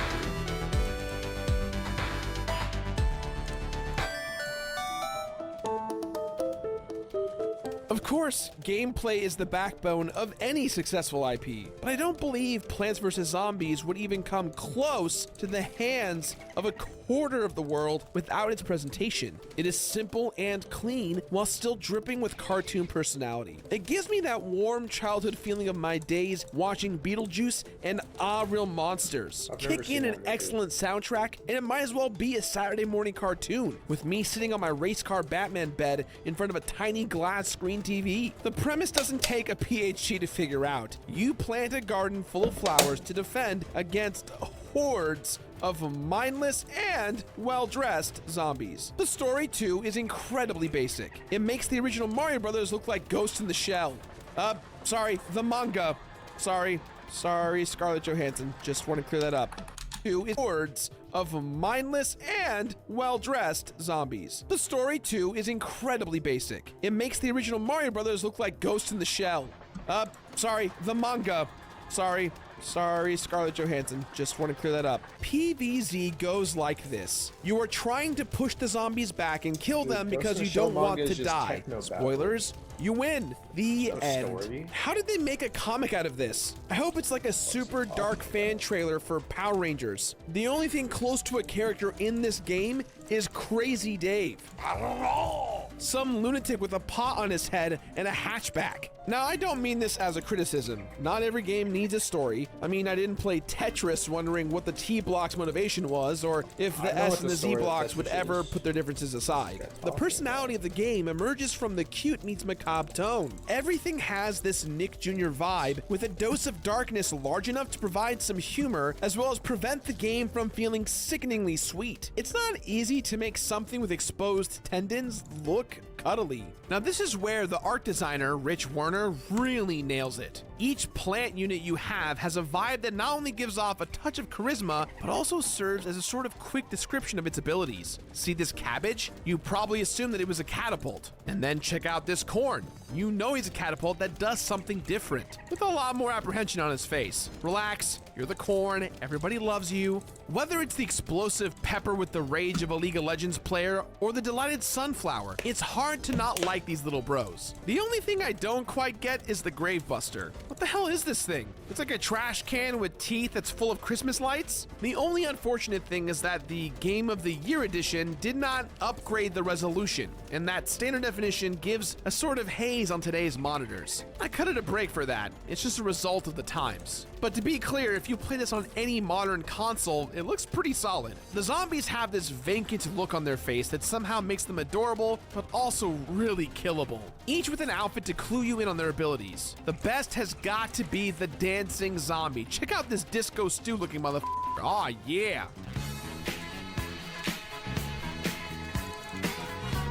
Now, in the original game, this zombie looked like Michael Jackson, but was changed after the estate of Michael Jackson found out that the zombie was modeled after him. I mean, come on, the zombie literally is being the Thriller that looked like Michael Jackson, but was changed after the estate of Michael Jackson found out that the zombie was modeled after him. I mean, come on, the zombie literally is being the Thriller zombie. There's no doubt about it. Now, speaking of music, Plants vs. Zombies music designer Laura Shigehara is an underappreciated genius. From what she has composed is classic video games music with a more modern touch. Back in the day, we here at That One Video Gamer had the pleasure of interviewing her on Super Beer Bros back in 2014 about her influences, and they show in spades. She mentioned a love of Capcom and Konami games. The music in Plants vs. Zombies feel like Mega Man with a touch of class and a dose of Xanax. The boss music sounds like it was pulled right out of Castlevania.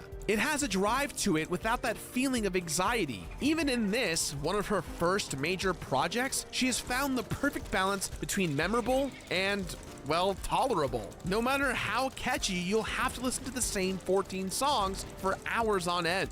Now that takes real talent to find something that won't drive you insane. Couple that with crisp sound effects and a triumphant vocal performance by, well, whoever the hell this is, and you've got something as uncomplicated and pretty to listen to as it is to look at. No matter how many enemies I allowed to stack up on the PC version, absolutely nothing stalled or slowed. So as long as the game is running on anything above the technical capacity of a speak and spell, you're gonna have a smooth time. Plants vs. Zombies successfully presents itself as exactly what it wants to be. Accessible to practically everyone. The style reminiscent of children's books with the edge of flesh-eating monsters is fun for kids and humorous to those old enough to understand the juxtaposition. Most of the plants have a Pokemon-esque instant buddy kind of feel. Pair that with a ridiculously great soundtrack, and you've got what I believe is the biggest reason why Plants vs. Zombies grew to such popularity.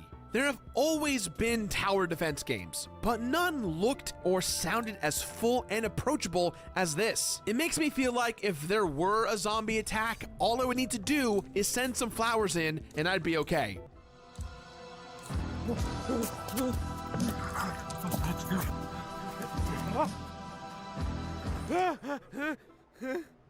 Oh.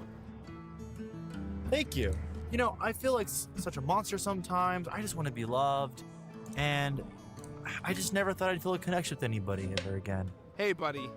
You may be dead right here, but you're definitely not dead here. Eh? Hey. Gee, buddy, everything's gonna be just... Be ready for the road less traveled in a new Sportage from Bill Dodge Kia. You'll be well equipped for any outing with spacious seating, ample cargo space, and available turbocharged engine. Make a 2025 Sportage yours with low 1.9% APR financing and head out on your next adventure. Click on the video to learn more. Are you afraid?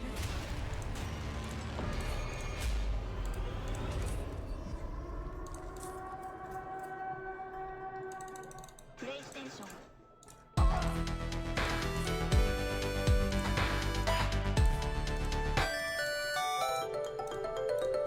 So while I was doing research for Plants vs. Zombies, I found a lot of people saying that this appealed to casual and hardcore gamers alike. It's not perfect, but it makes a solid attempt. It does an excellent job teaching you to play the game by giving you a single item to learn each time you beat a stage. It eliminates the need for a tutorial and encourages experimentation. Match that with a well-designed difficulty curve and you have a game that's easy to learn and master without ever feeling unfair. To play, mostly. To complete is a different story. I feel like I have to wear two different hats for this video. One for the casual gamer and one as the completionist. One of them had a great time while the other feels like this was like going on a 300-mile hike only to find out his prize was another 300-mile hike. In a deconstruction of the tower defense genre, the battlefield is a simplified grid. In the base game, each cell can be filled by one unit that is purchased by the collected sunshine in real time. With their combined abilities, you can fend off the undead hordes and live to garden another day. Whether it's the front yard, the pool, or the roof, you'll be asked to work around certain limitations in each stage. The front yard is the most elementary as you discover how the game works. The pool requires more resource control to make the water plant friendly, and the roof adds a depth issue as some plants cannot fire over the bend of the center of the level. The requirements change even further when day turns to night.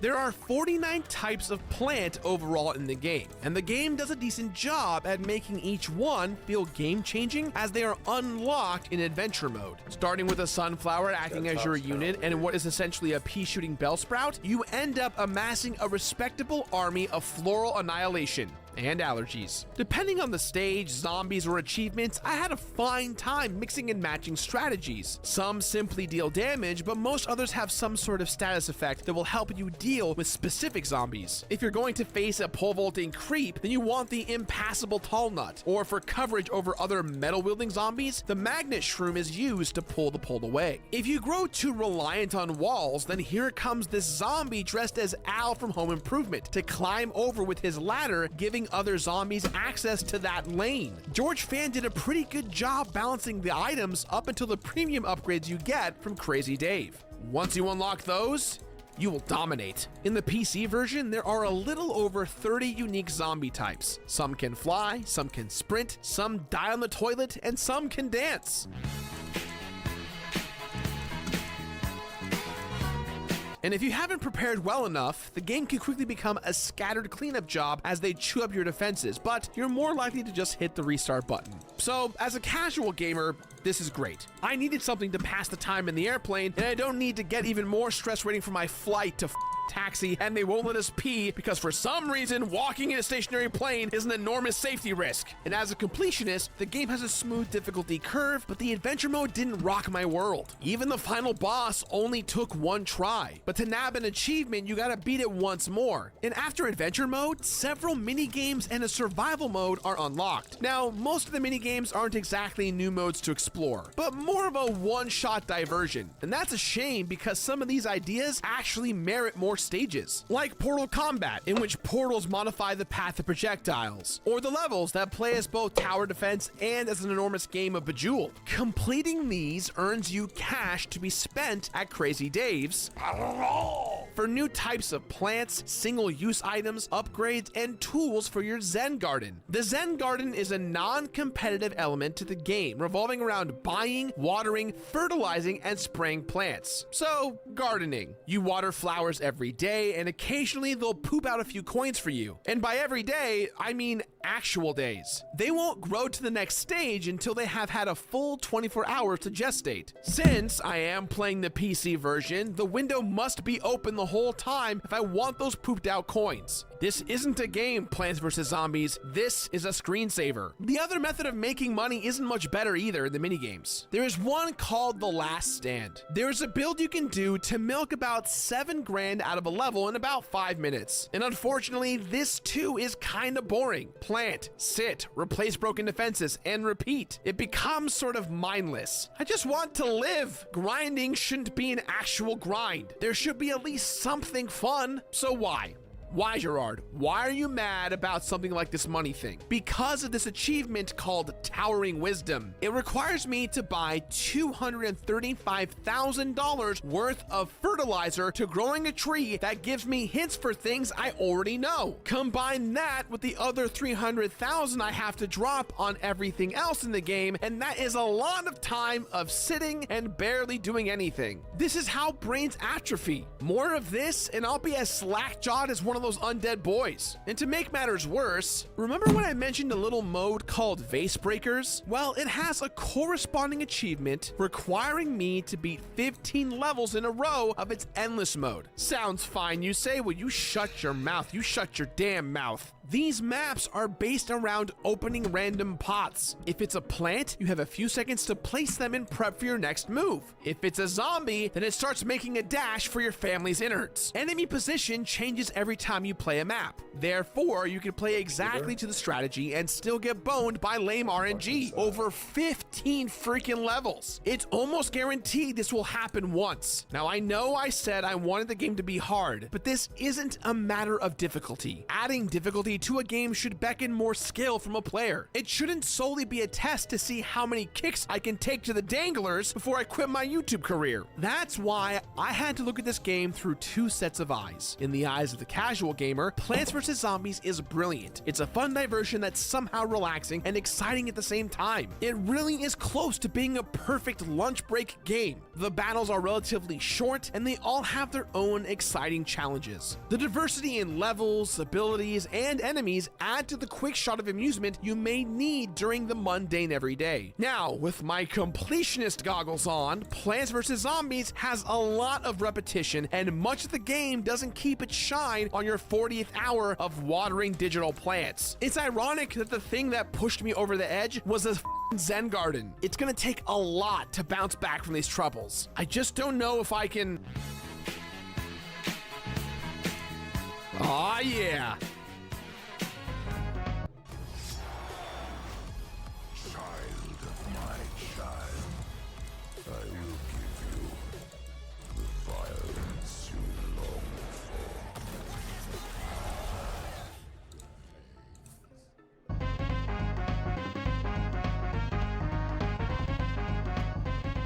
Plants vs. Zombies gives you everything up front.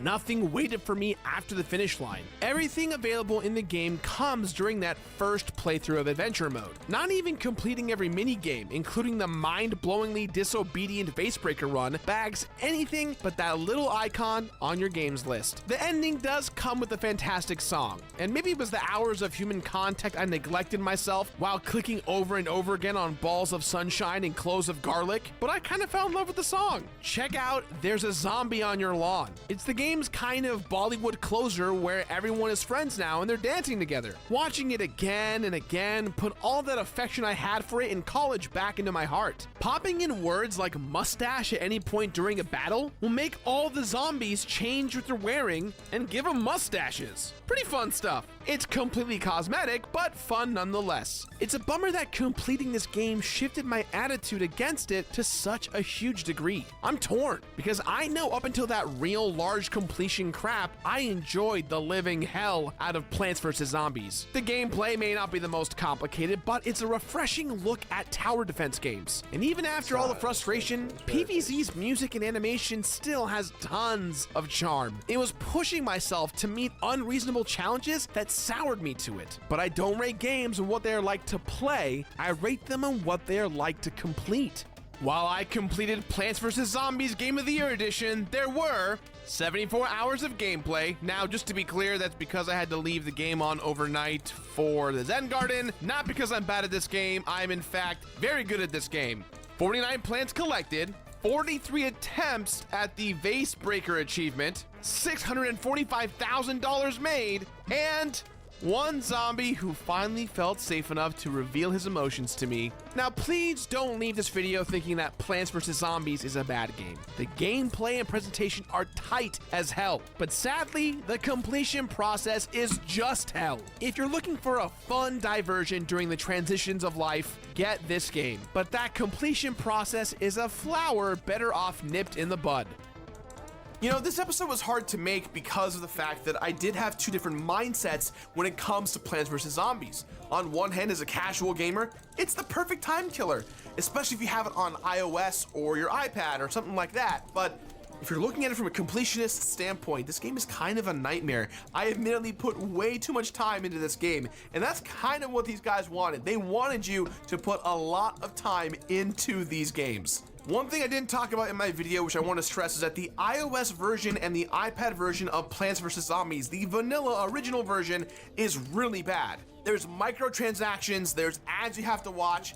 It's just a nightmare, and that kind of goes to show what kind of happened with EA and PopCap Games. But at the end of the day, if you want a full, complete experience, I recommend the PC version or one of the console versions of Plants vs. Zombies. So, with that in mind, guys, I give this game my completionist rating of finish it.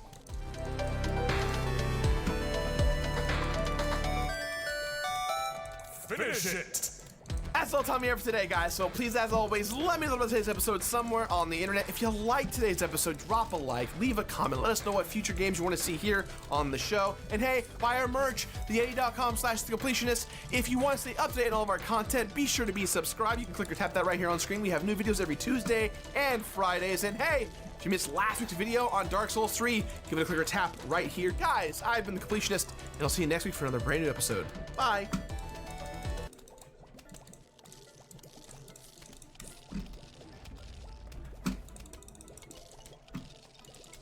A new Planet Fitness is now open near you, and you can join for just $1 down, $15 a month. Cancel anytime. We're talking a clean and spacious, judgment-free zone and brand new. Plants. What killed Plants vs. Zombies franchise?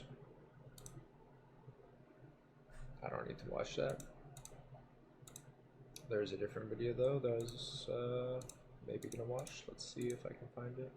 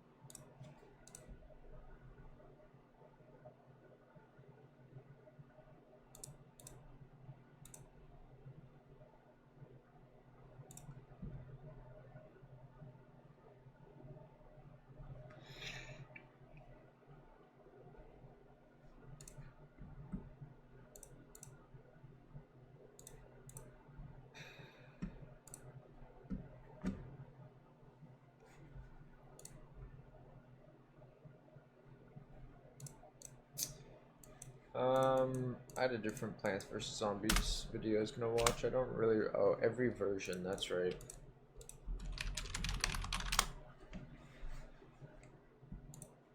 I refill my water. However, first.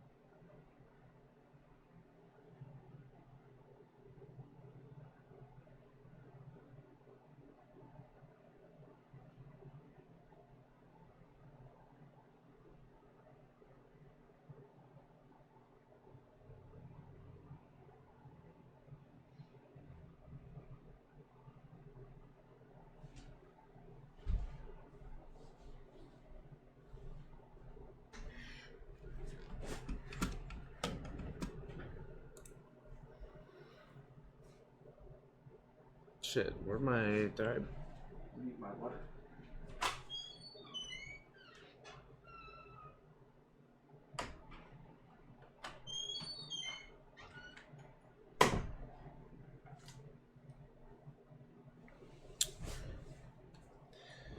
Game just doesn't really keep my attention, to be honest.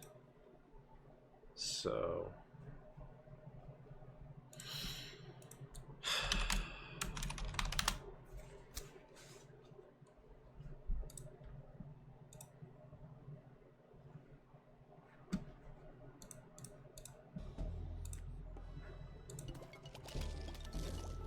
the year was 10,000 BCE, and mankind would begin to forego their nomadic hunter-gatherer lifestyles after some new craze called agriculture began to take shape in places that would later be known as Mesopotamia and the Indus Valley.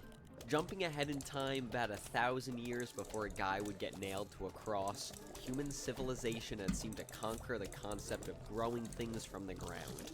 But unfortunately, these great civilizations that loved plants and bronze would see societal collapse because of the sea people.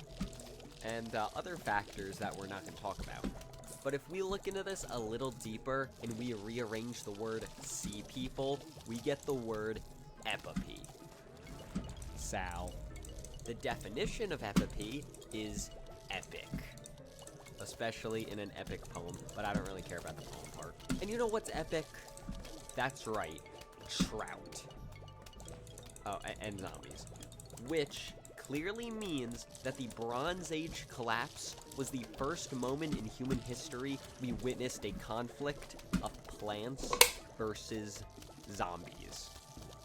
Hello people, I'm Tommy, and after talking about the first ever moment in human history of a Plants vs. Zombies incident, I think this is the perfect opportunity to go through every single version of Plants vs. Zombies in existence, whether that be epopee or not to epopee. But not to worry, I've already planted my allegiance to chlorophyll by giving them a little bit of that special Tommy Gower's beverage. And also get ready, because I'm about to say plants versus and zombies a lot. During the zombie craze of the late 2000s, we would get so many zombie-related games. Some games from this era turned out to be masterpieces, while most faded into obscurity. But among those masterpieces, Plants vs. Zombies reigned supreme as a unique game at the top, as it was one of the few zombie games to not have the word dead in its title. But let's jump right into the monotony of the Plants vs. Zombies games on computers, consoles, and even phones. First off is the PC version of the game, which was released for both Windows and Mac OS. And I'm going to keep it super brief, as it's the version most people know about, and it really doesn't have that much to talk about. The biggest thing, however, is that Plants vs. Zombies has two major releases, the original 2009 release and the 2010 Game of the Year release.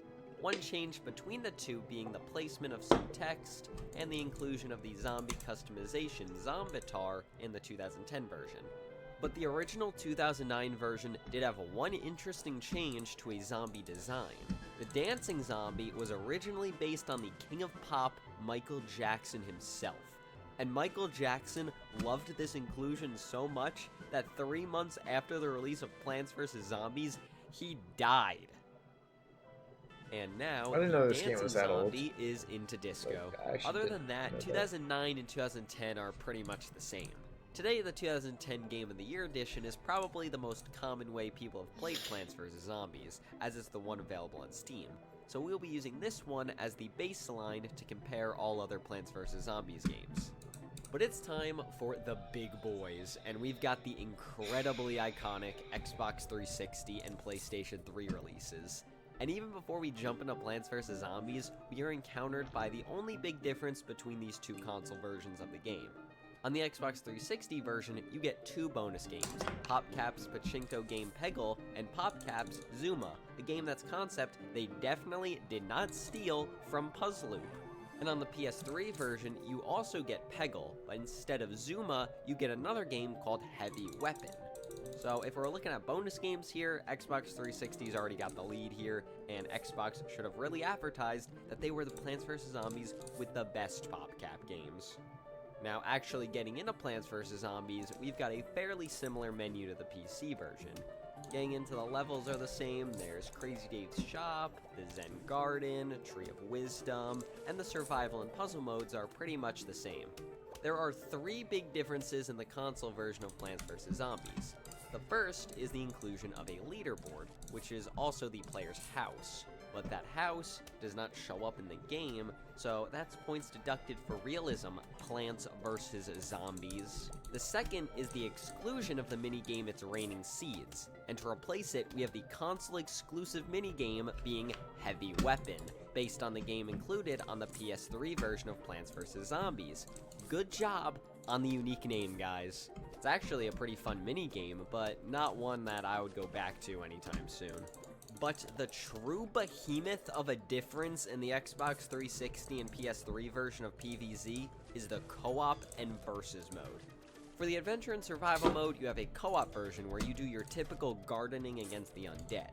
I have a lot of nostalgia for this game mode because I'd play with my dad back in the day, where he would never let me plant anything and force me to only butter the zombie's head because apparently I was a stupid kid who couldn't handle Plants vs. Zombies, even though I'd gotten a well over wave 40 in survival on my own, and I knew how to do proper sun economy, but no, I was the dumbass for setting down the potato mines because they're apparently a waste of 25 sun, even though they're amazing to use at the start of the game while placing down sunflowers. Dad! But the real star of the show is the very unique 2-player versus mode. And this ain't your grandpa's Plants vs. Zombies, because this is head-to-head, competitive. May the best zombotanist win. In simple terms, this mode is all about the player controlling the plants, trying to destroy 3 of the 5 targets on the other end of the lawn for their side to win, while the player controlling the zombies has to try and push into the house for their side to win. It is a very interesting game mode, and one that has its own meta for both plants and zombies. And it's because of this version that I would kill to see a sequel to Plants vs. Zombies that is a mobile game, or a Plants vs. Zombies Definitive Edition that includes every mode from all versions of Plants vs. Zombies. And that's the Xbox 360 and PS3 version, and it is a great way to play Plants vs. Zombies, and one that I heavily recommend. The game looks, plays, and is just all around incredible, and I had a blast coming back to this version all these years later. And before we check out a very different version of Plants vs. Zombies, let's quickly discuss the version of Plants vs. Zombies on the PlayStation Vita. It's based on the home console versions of the game, but with the beloved co-op and versus modes completely gutted. The only things of note in this game are the touch and tilt controls during regular gameplay, and the inclusion of Zombitar, which did appear in the PC version, but was not in the home console versions.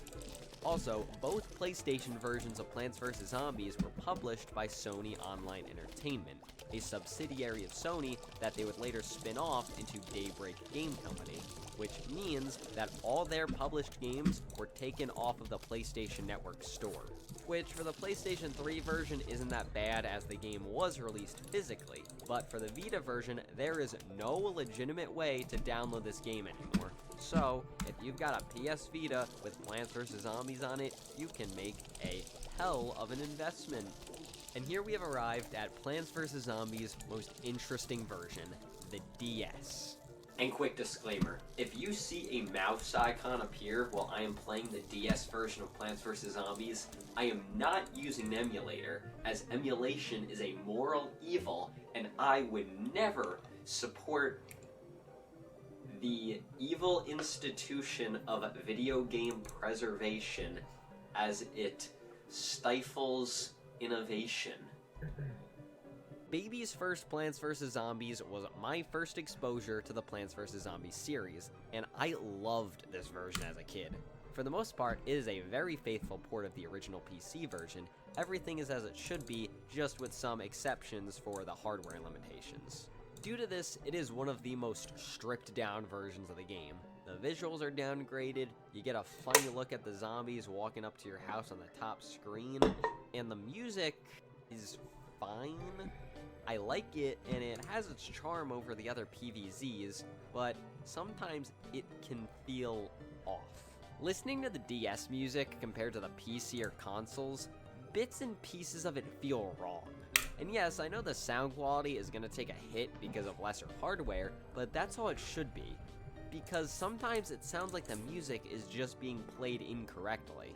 Now, I'm certainly one to talk about music, as it is something that is definitely not my strong suit. It's just something I noticed while playing the game. In terms of gameplay differences, the biggest is during the adventure mode, where level 3-5 is completely altered. Normally, this level has a gimmick where all the zombies are tiny, making them very fast, but also very weak. On the DS, however, the gimmick of this stage is that there's a heat wave going on, and you have to take advantage of the Nintendo DS blowing feature to cool off the only 4 pea shooters you get during the level in order to supercharge them. Besides that, adventure mode is exactly the same, but the mini-games, however, is where the differences shine the most. The minigame Zombie Nimble, Zombie Quick is similar to the original gimmick of level 3-5, which was removed, but in exchange for that, we would get 5 minigames exclusive to the Nintendo DS family of products. Heatwave, which we've already discussed, Bomb Altogether, where you've got to take down zombies with explosive plants and walnuts, Home Run Derby, where you use the touchscreen to get 30 home runs while also defending your house from the horde of zombies. We have Zombie Trap, which is interesting because it's not in the DS version of Plants vs. Zombies, but an exclusive for the DSiWare version of the game. And from what little I could gather from the DSiWare game, this seems to be the only difference from it compared to the DS PVC. Oh, and you use brains to like kill zombies? Yeah, it's nothing special. But you know what is special? The last minigame, Air Raid. This is one of the best minigames in all of Plants vs. Zombies. You take control of a Gatling Pea as you fight Dr. Zomboss in the sky, dodging his attacks while getting power-ups on the way. In all my time playing Plants vs. Zombies, this single minigame was the most challenging. It didn't take me too long to beat it, but compared to the ease that the rest of the game is known for, it is a pleasant surprise jump in difficulty. And just when you thought that was all from the little zombie that could, the DS had one more feature that really shoved it to the PS Vita, because that beautiful versus mode from the home consoles, it's in the DS version. I really doubt that many people got to experience the Plants vs. Zombies versus mode on the DS, but the fact that it's even here is crazy to me. But in the end, returning to the DS Plants vs. Zombies after well over a decade was a treat. It holds up surprisingly well, even if I mostly recommend the game for its side content.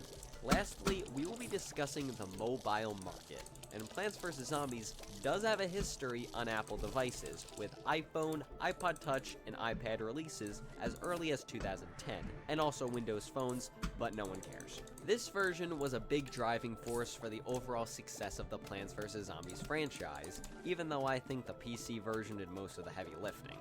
They were fine back in the day, but let's jump to the now and forget about all the innovation you saw with the home consoles or DS version of Plants vs. Zombies, because now we have the lifeless garbage patch that is the modern day iOS and Android versions. First, every single positive that I have. 1. The game lets you select any level you want after completing it. Okay, now on to the negatives. You play through the adventure mode, you're going to be stopped by ads every so often. If you want rakes or other bonuses that you really don't need, you have to watch an ad. If you want to reset the level, you get an ad. And if you just simply want to go back to the main menu, you have to watch an ad.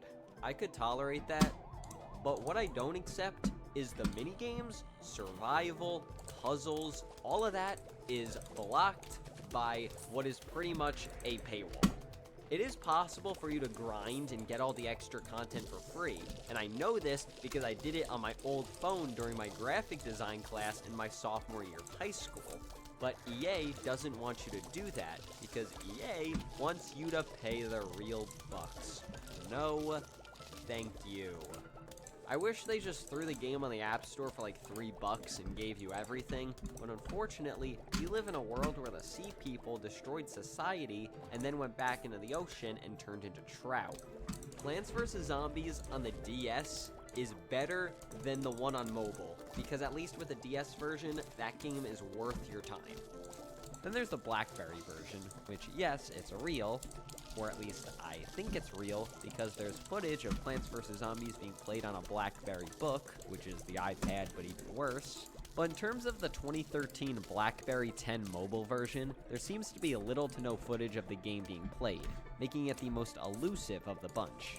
There is still one more version to talk about, and that is the Plants vs. Zombies Java mobile version. And I have no words to describe what I witnessed with this game, but I will show you some pieces of gameplay.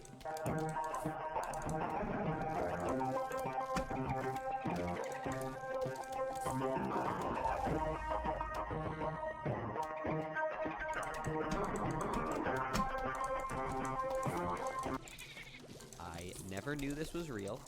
I did not want to know this was real. And to tell you the truth, I'm a worse person because I now know this is real. And that was the good, the bad, and the of Plants vs. Zombies.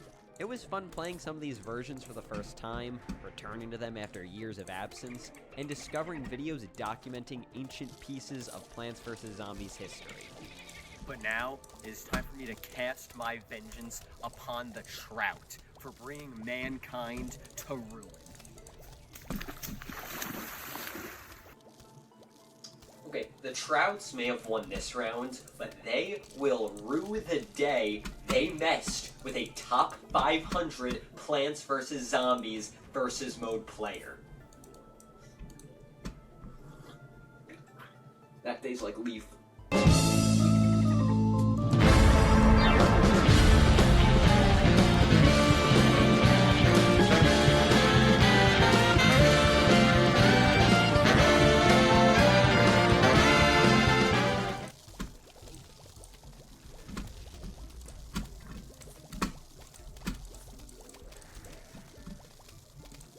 You got a ricotta with Calvani, Italy's #1 cheese brand. Oh, that was scary. Fuck.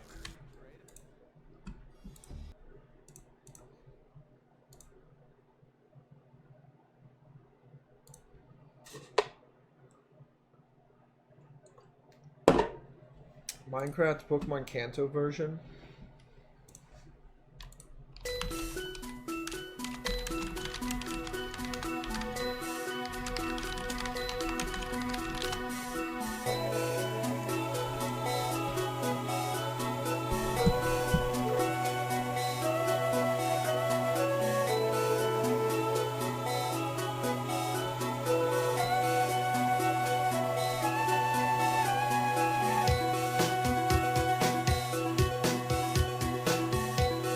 Music is back when games used to be good.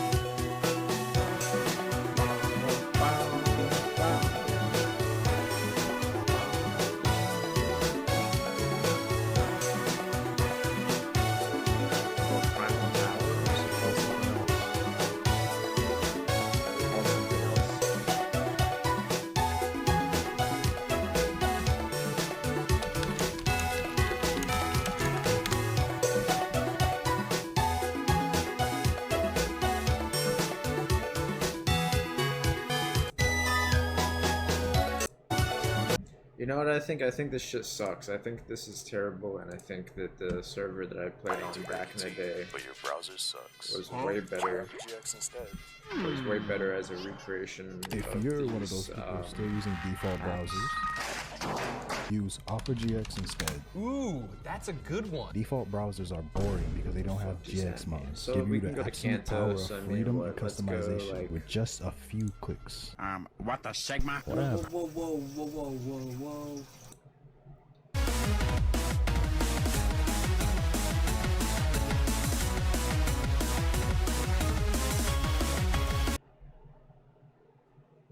Dude, did I use a Super Mario RPG remix and I didn't even play the game at all? What the fuck, dude? Holy shit.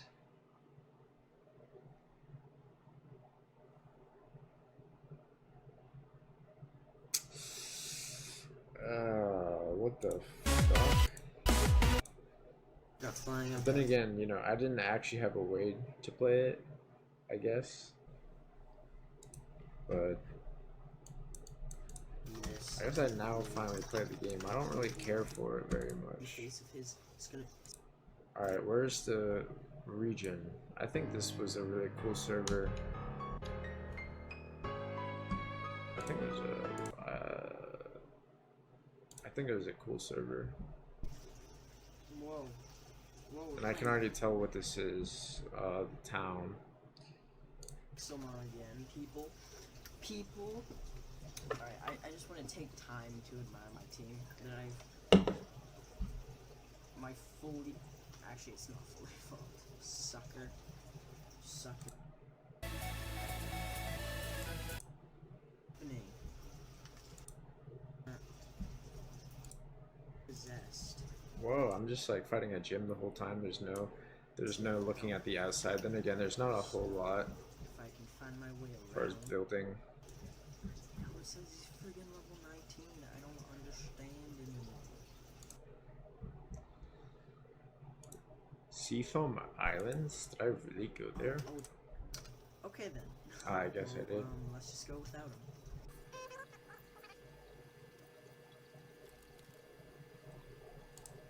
Yeah, this shit is cool. I think this shit is way better than Pal World. These Minecraft servers that just did Pixelmon. I think it was way better than Pal World.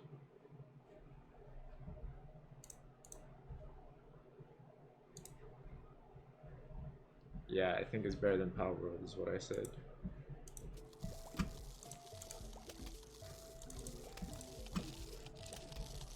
I don't know why you thought it was funny.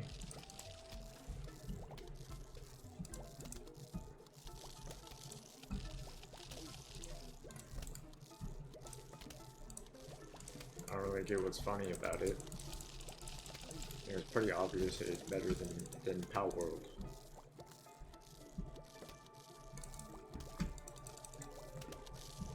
And you know what? The best thing about it is that the Pokemon Company took down both Pixelmon and Pal World. They went and took down both.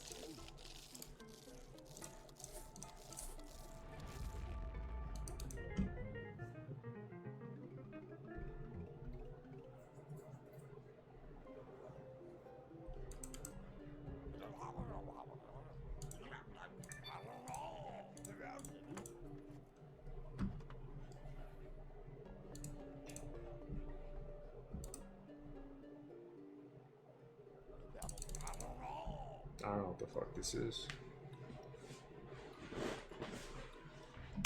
Click to see the vase to see what's inside. Destroys. Oh, okay. This is whatever shit.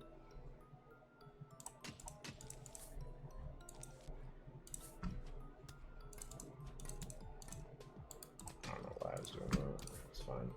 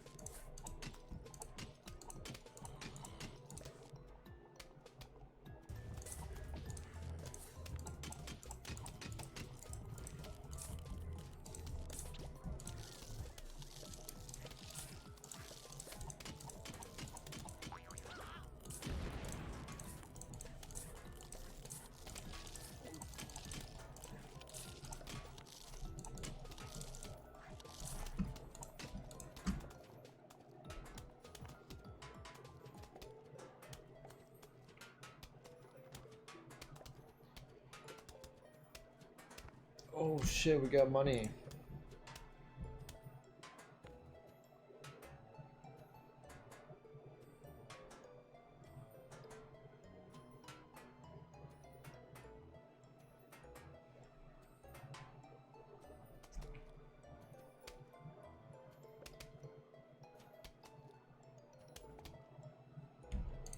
I've been awake for a while.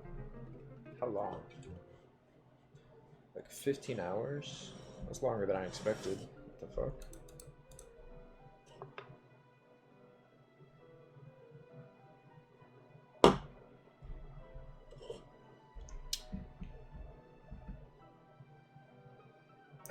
Like, come on, man. This is too situational. Too situational to be good. I'm gonna have to turn on music right now.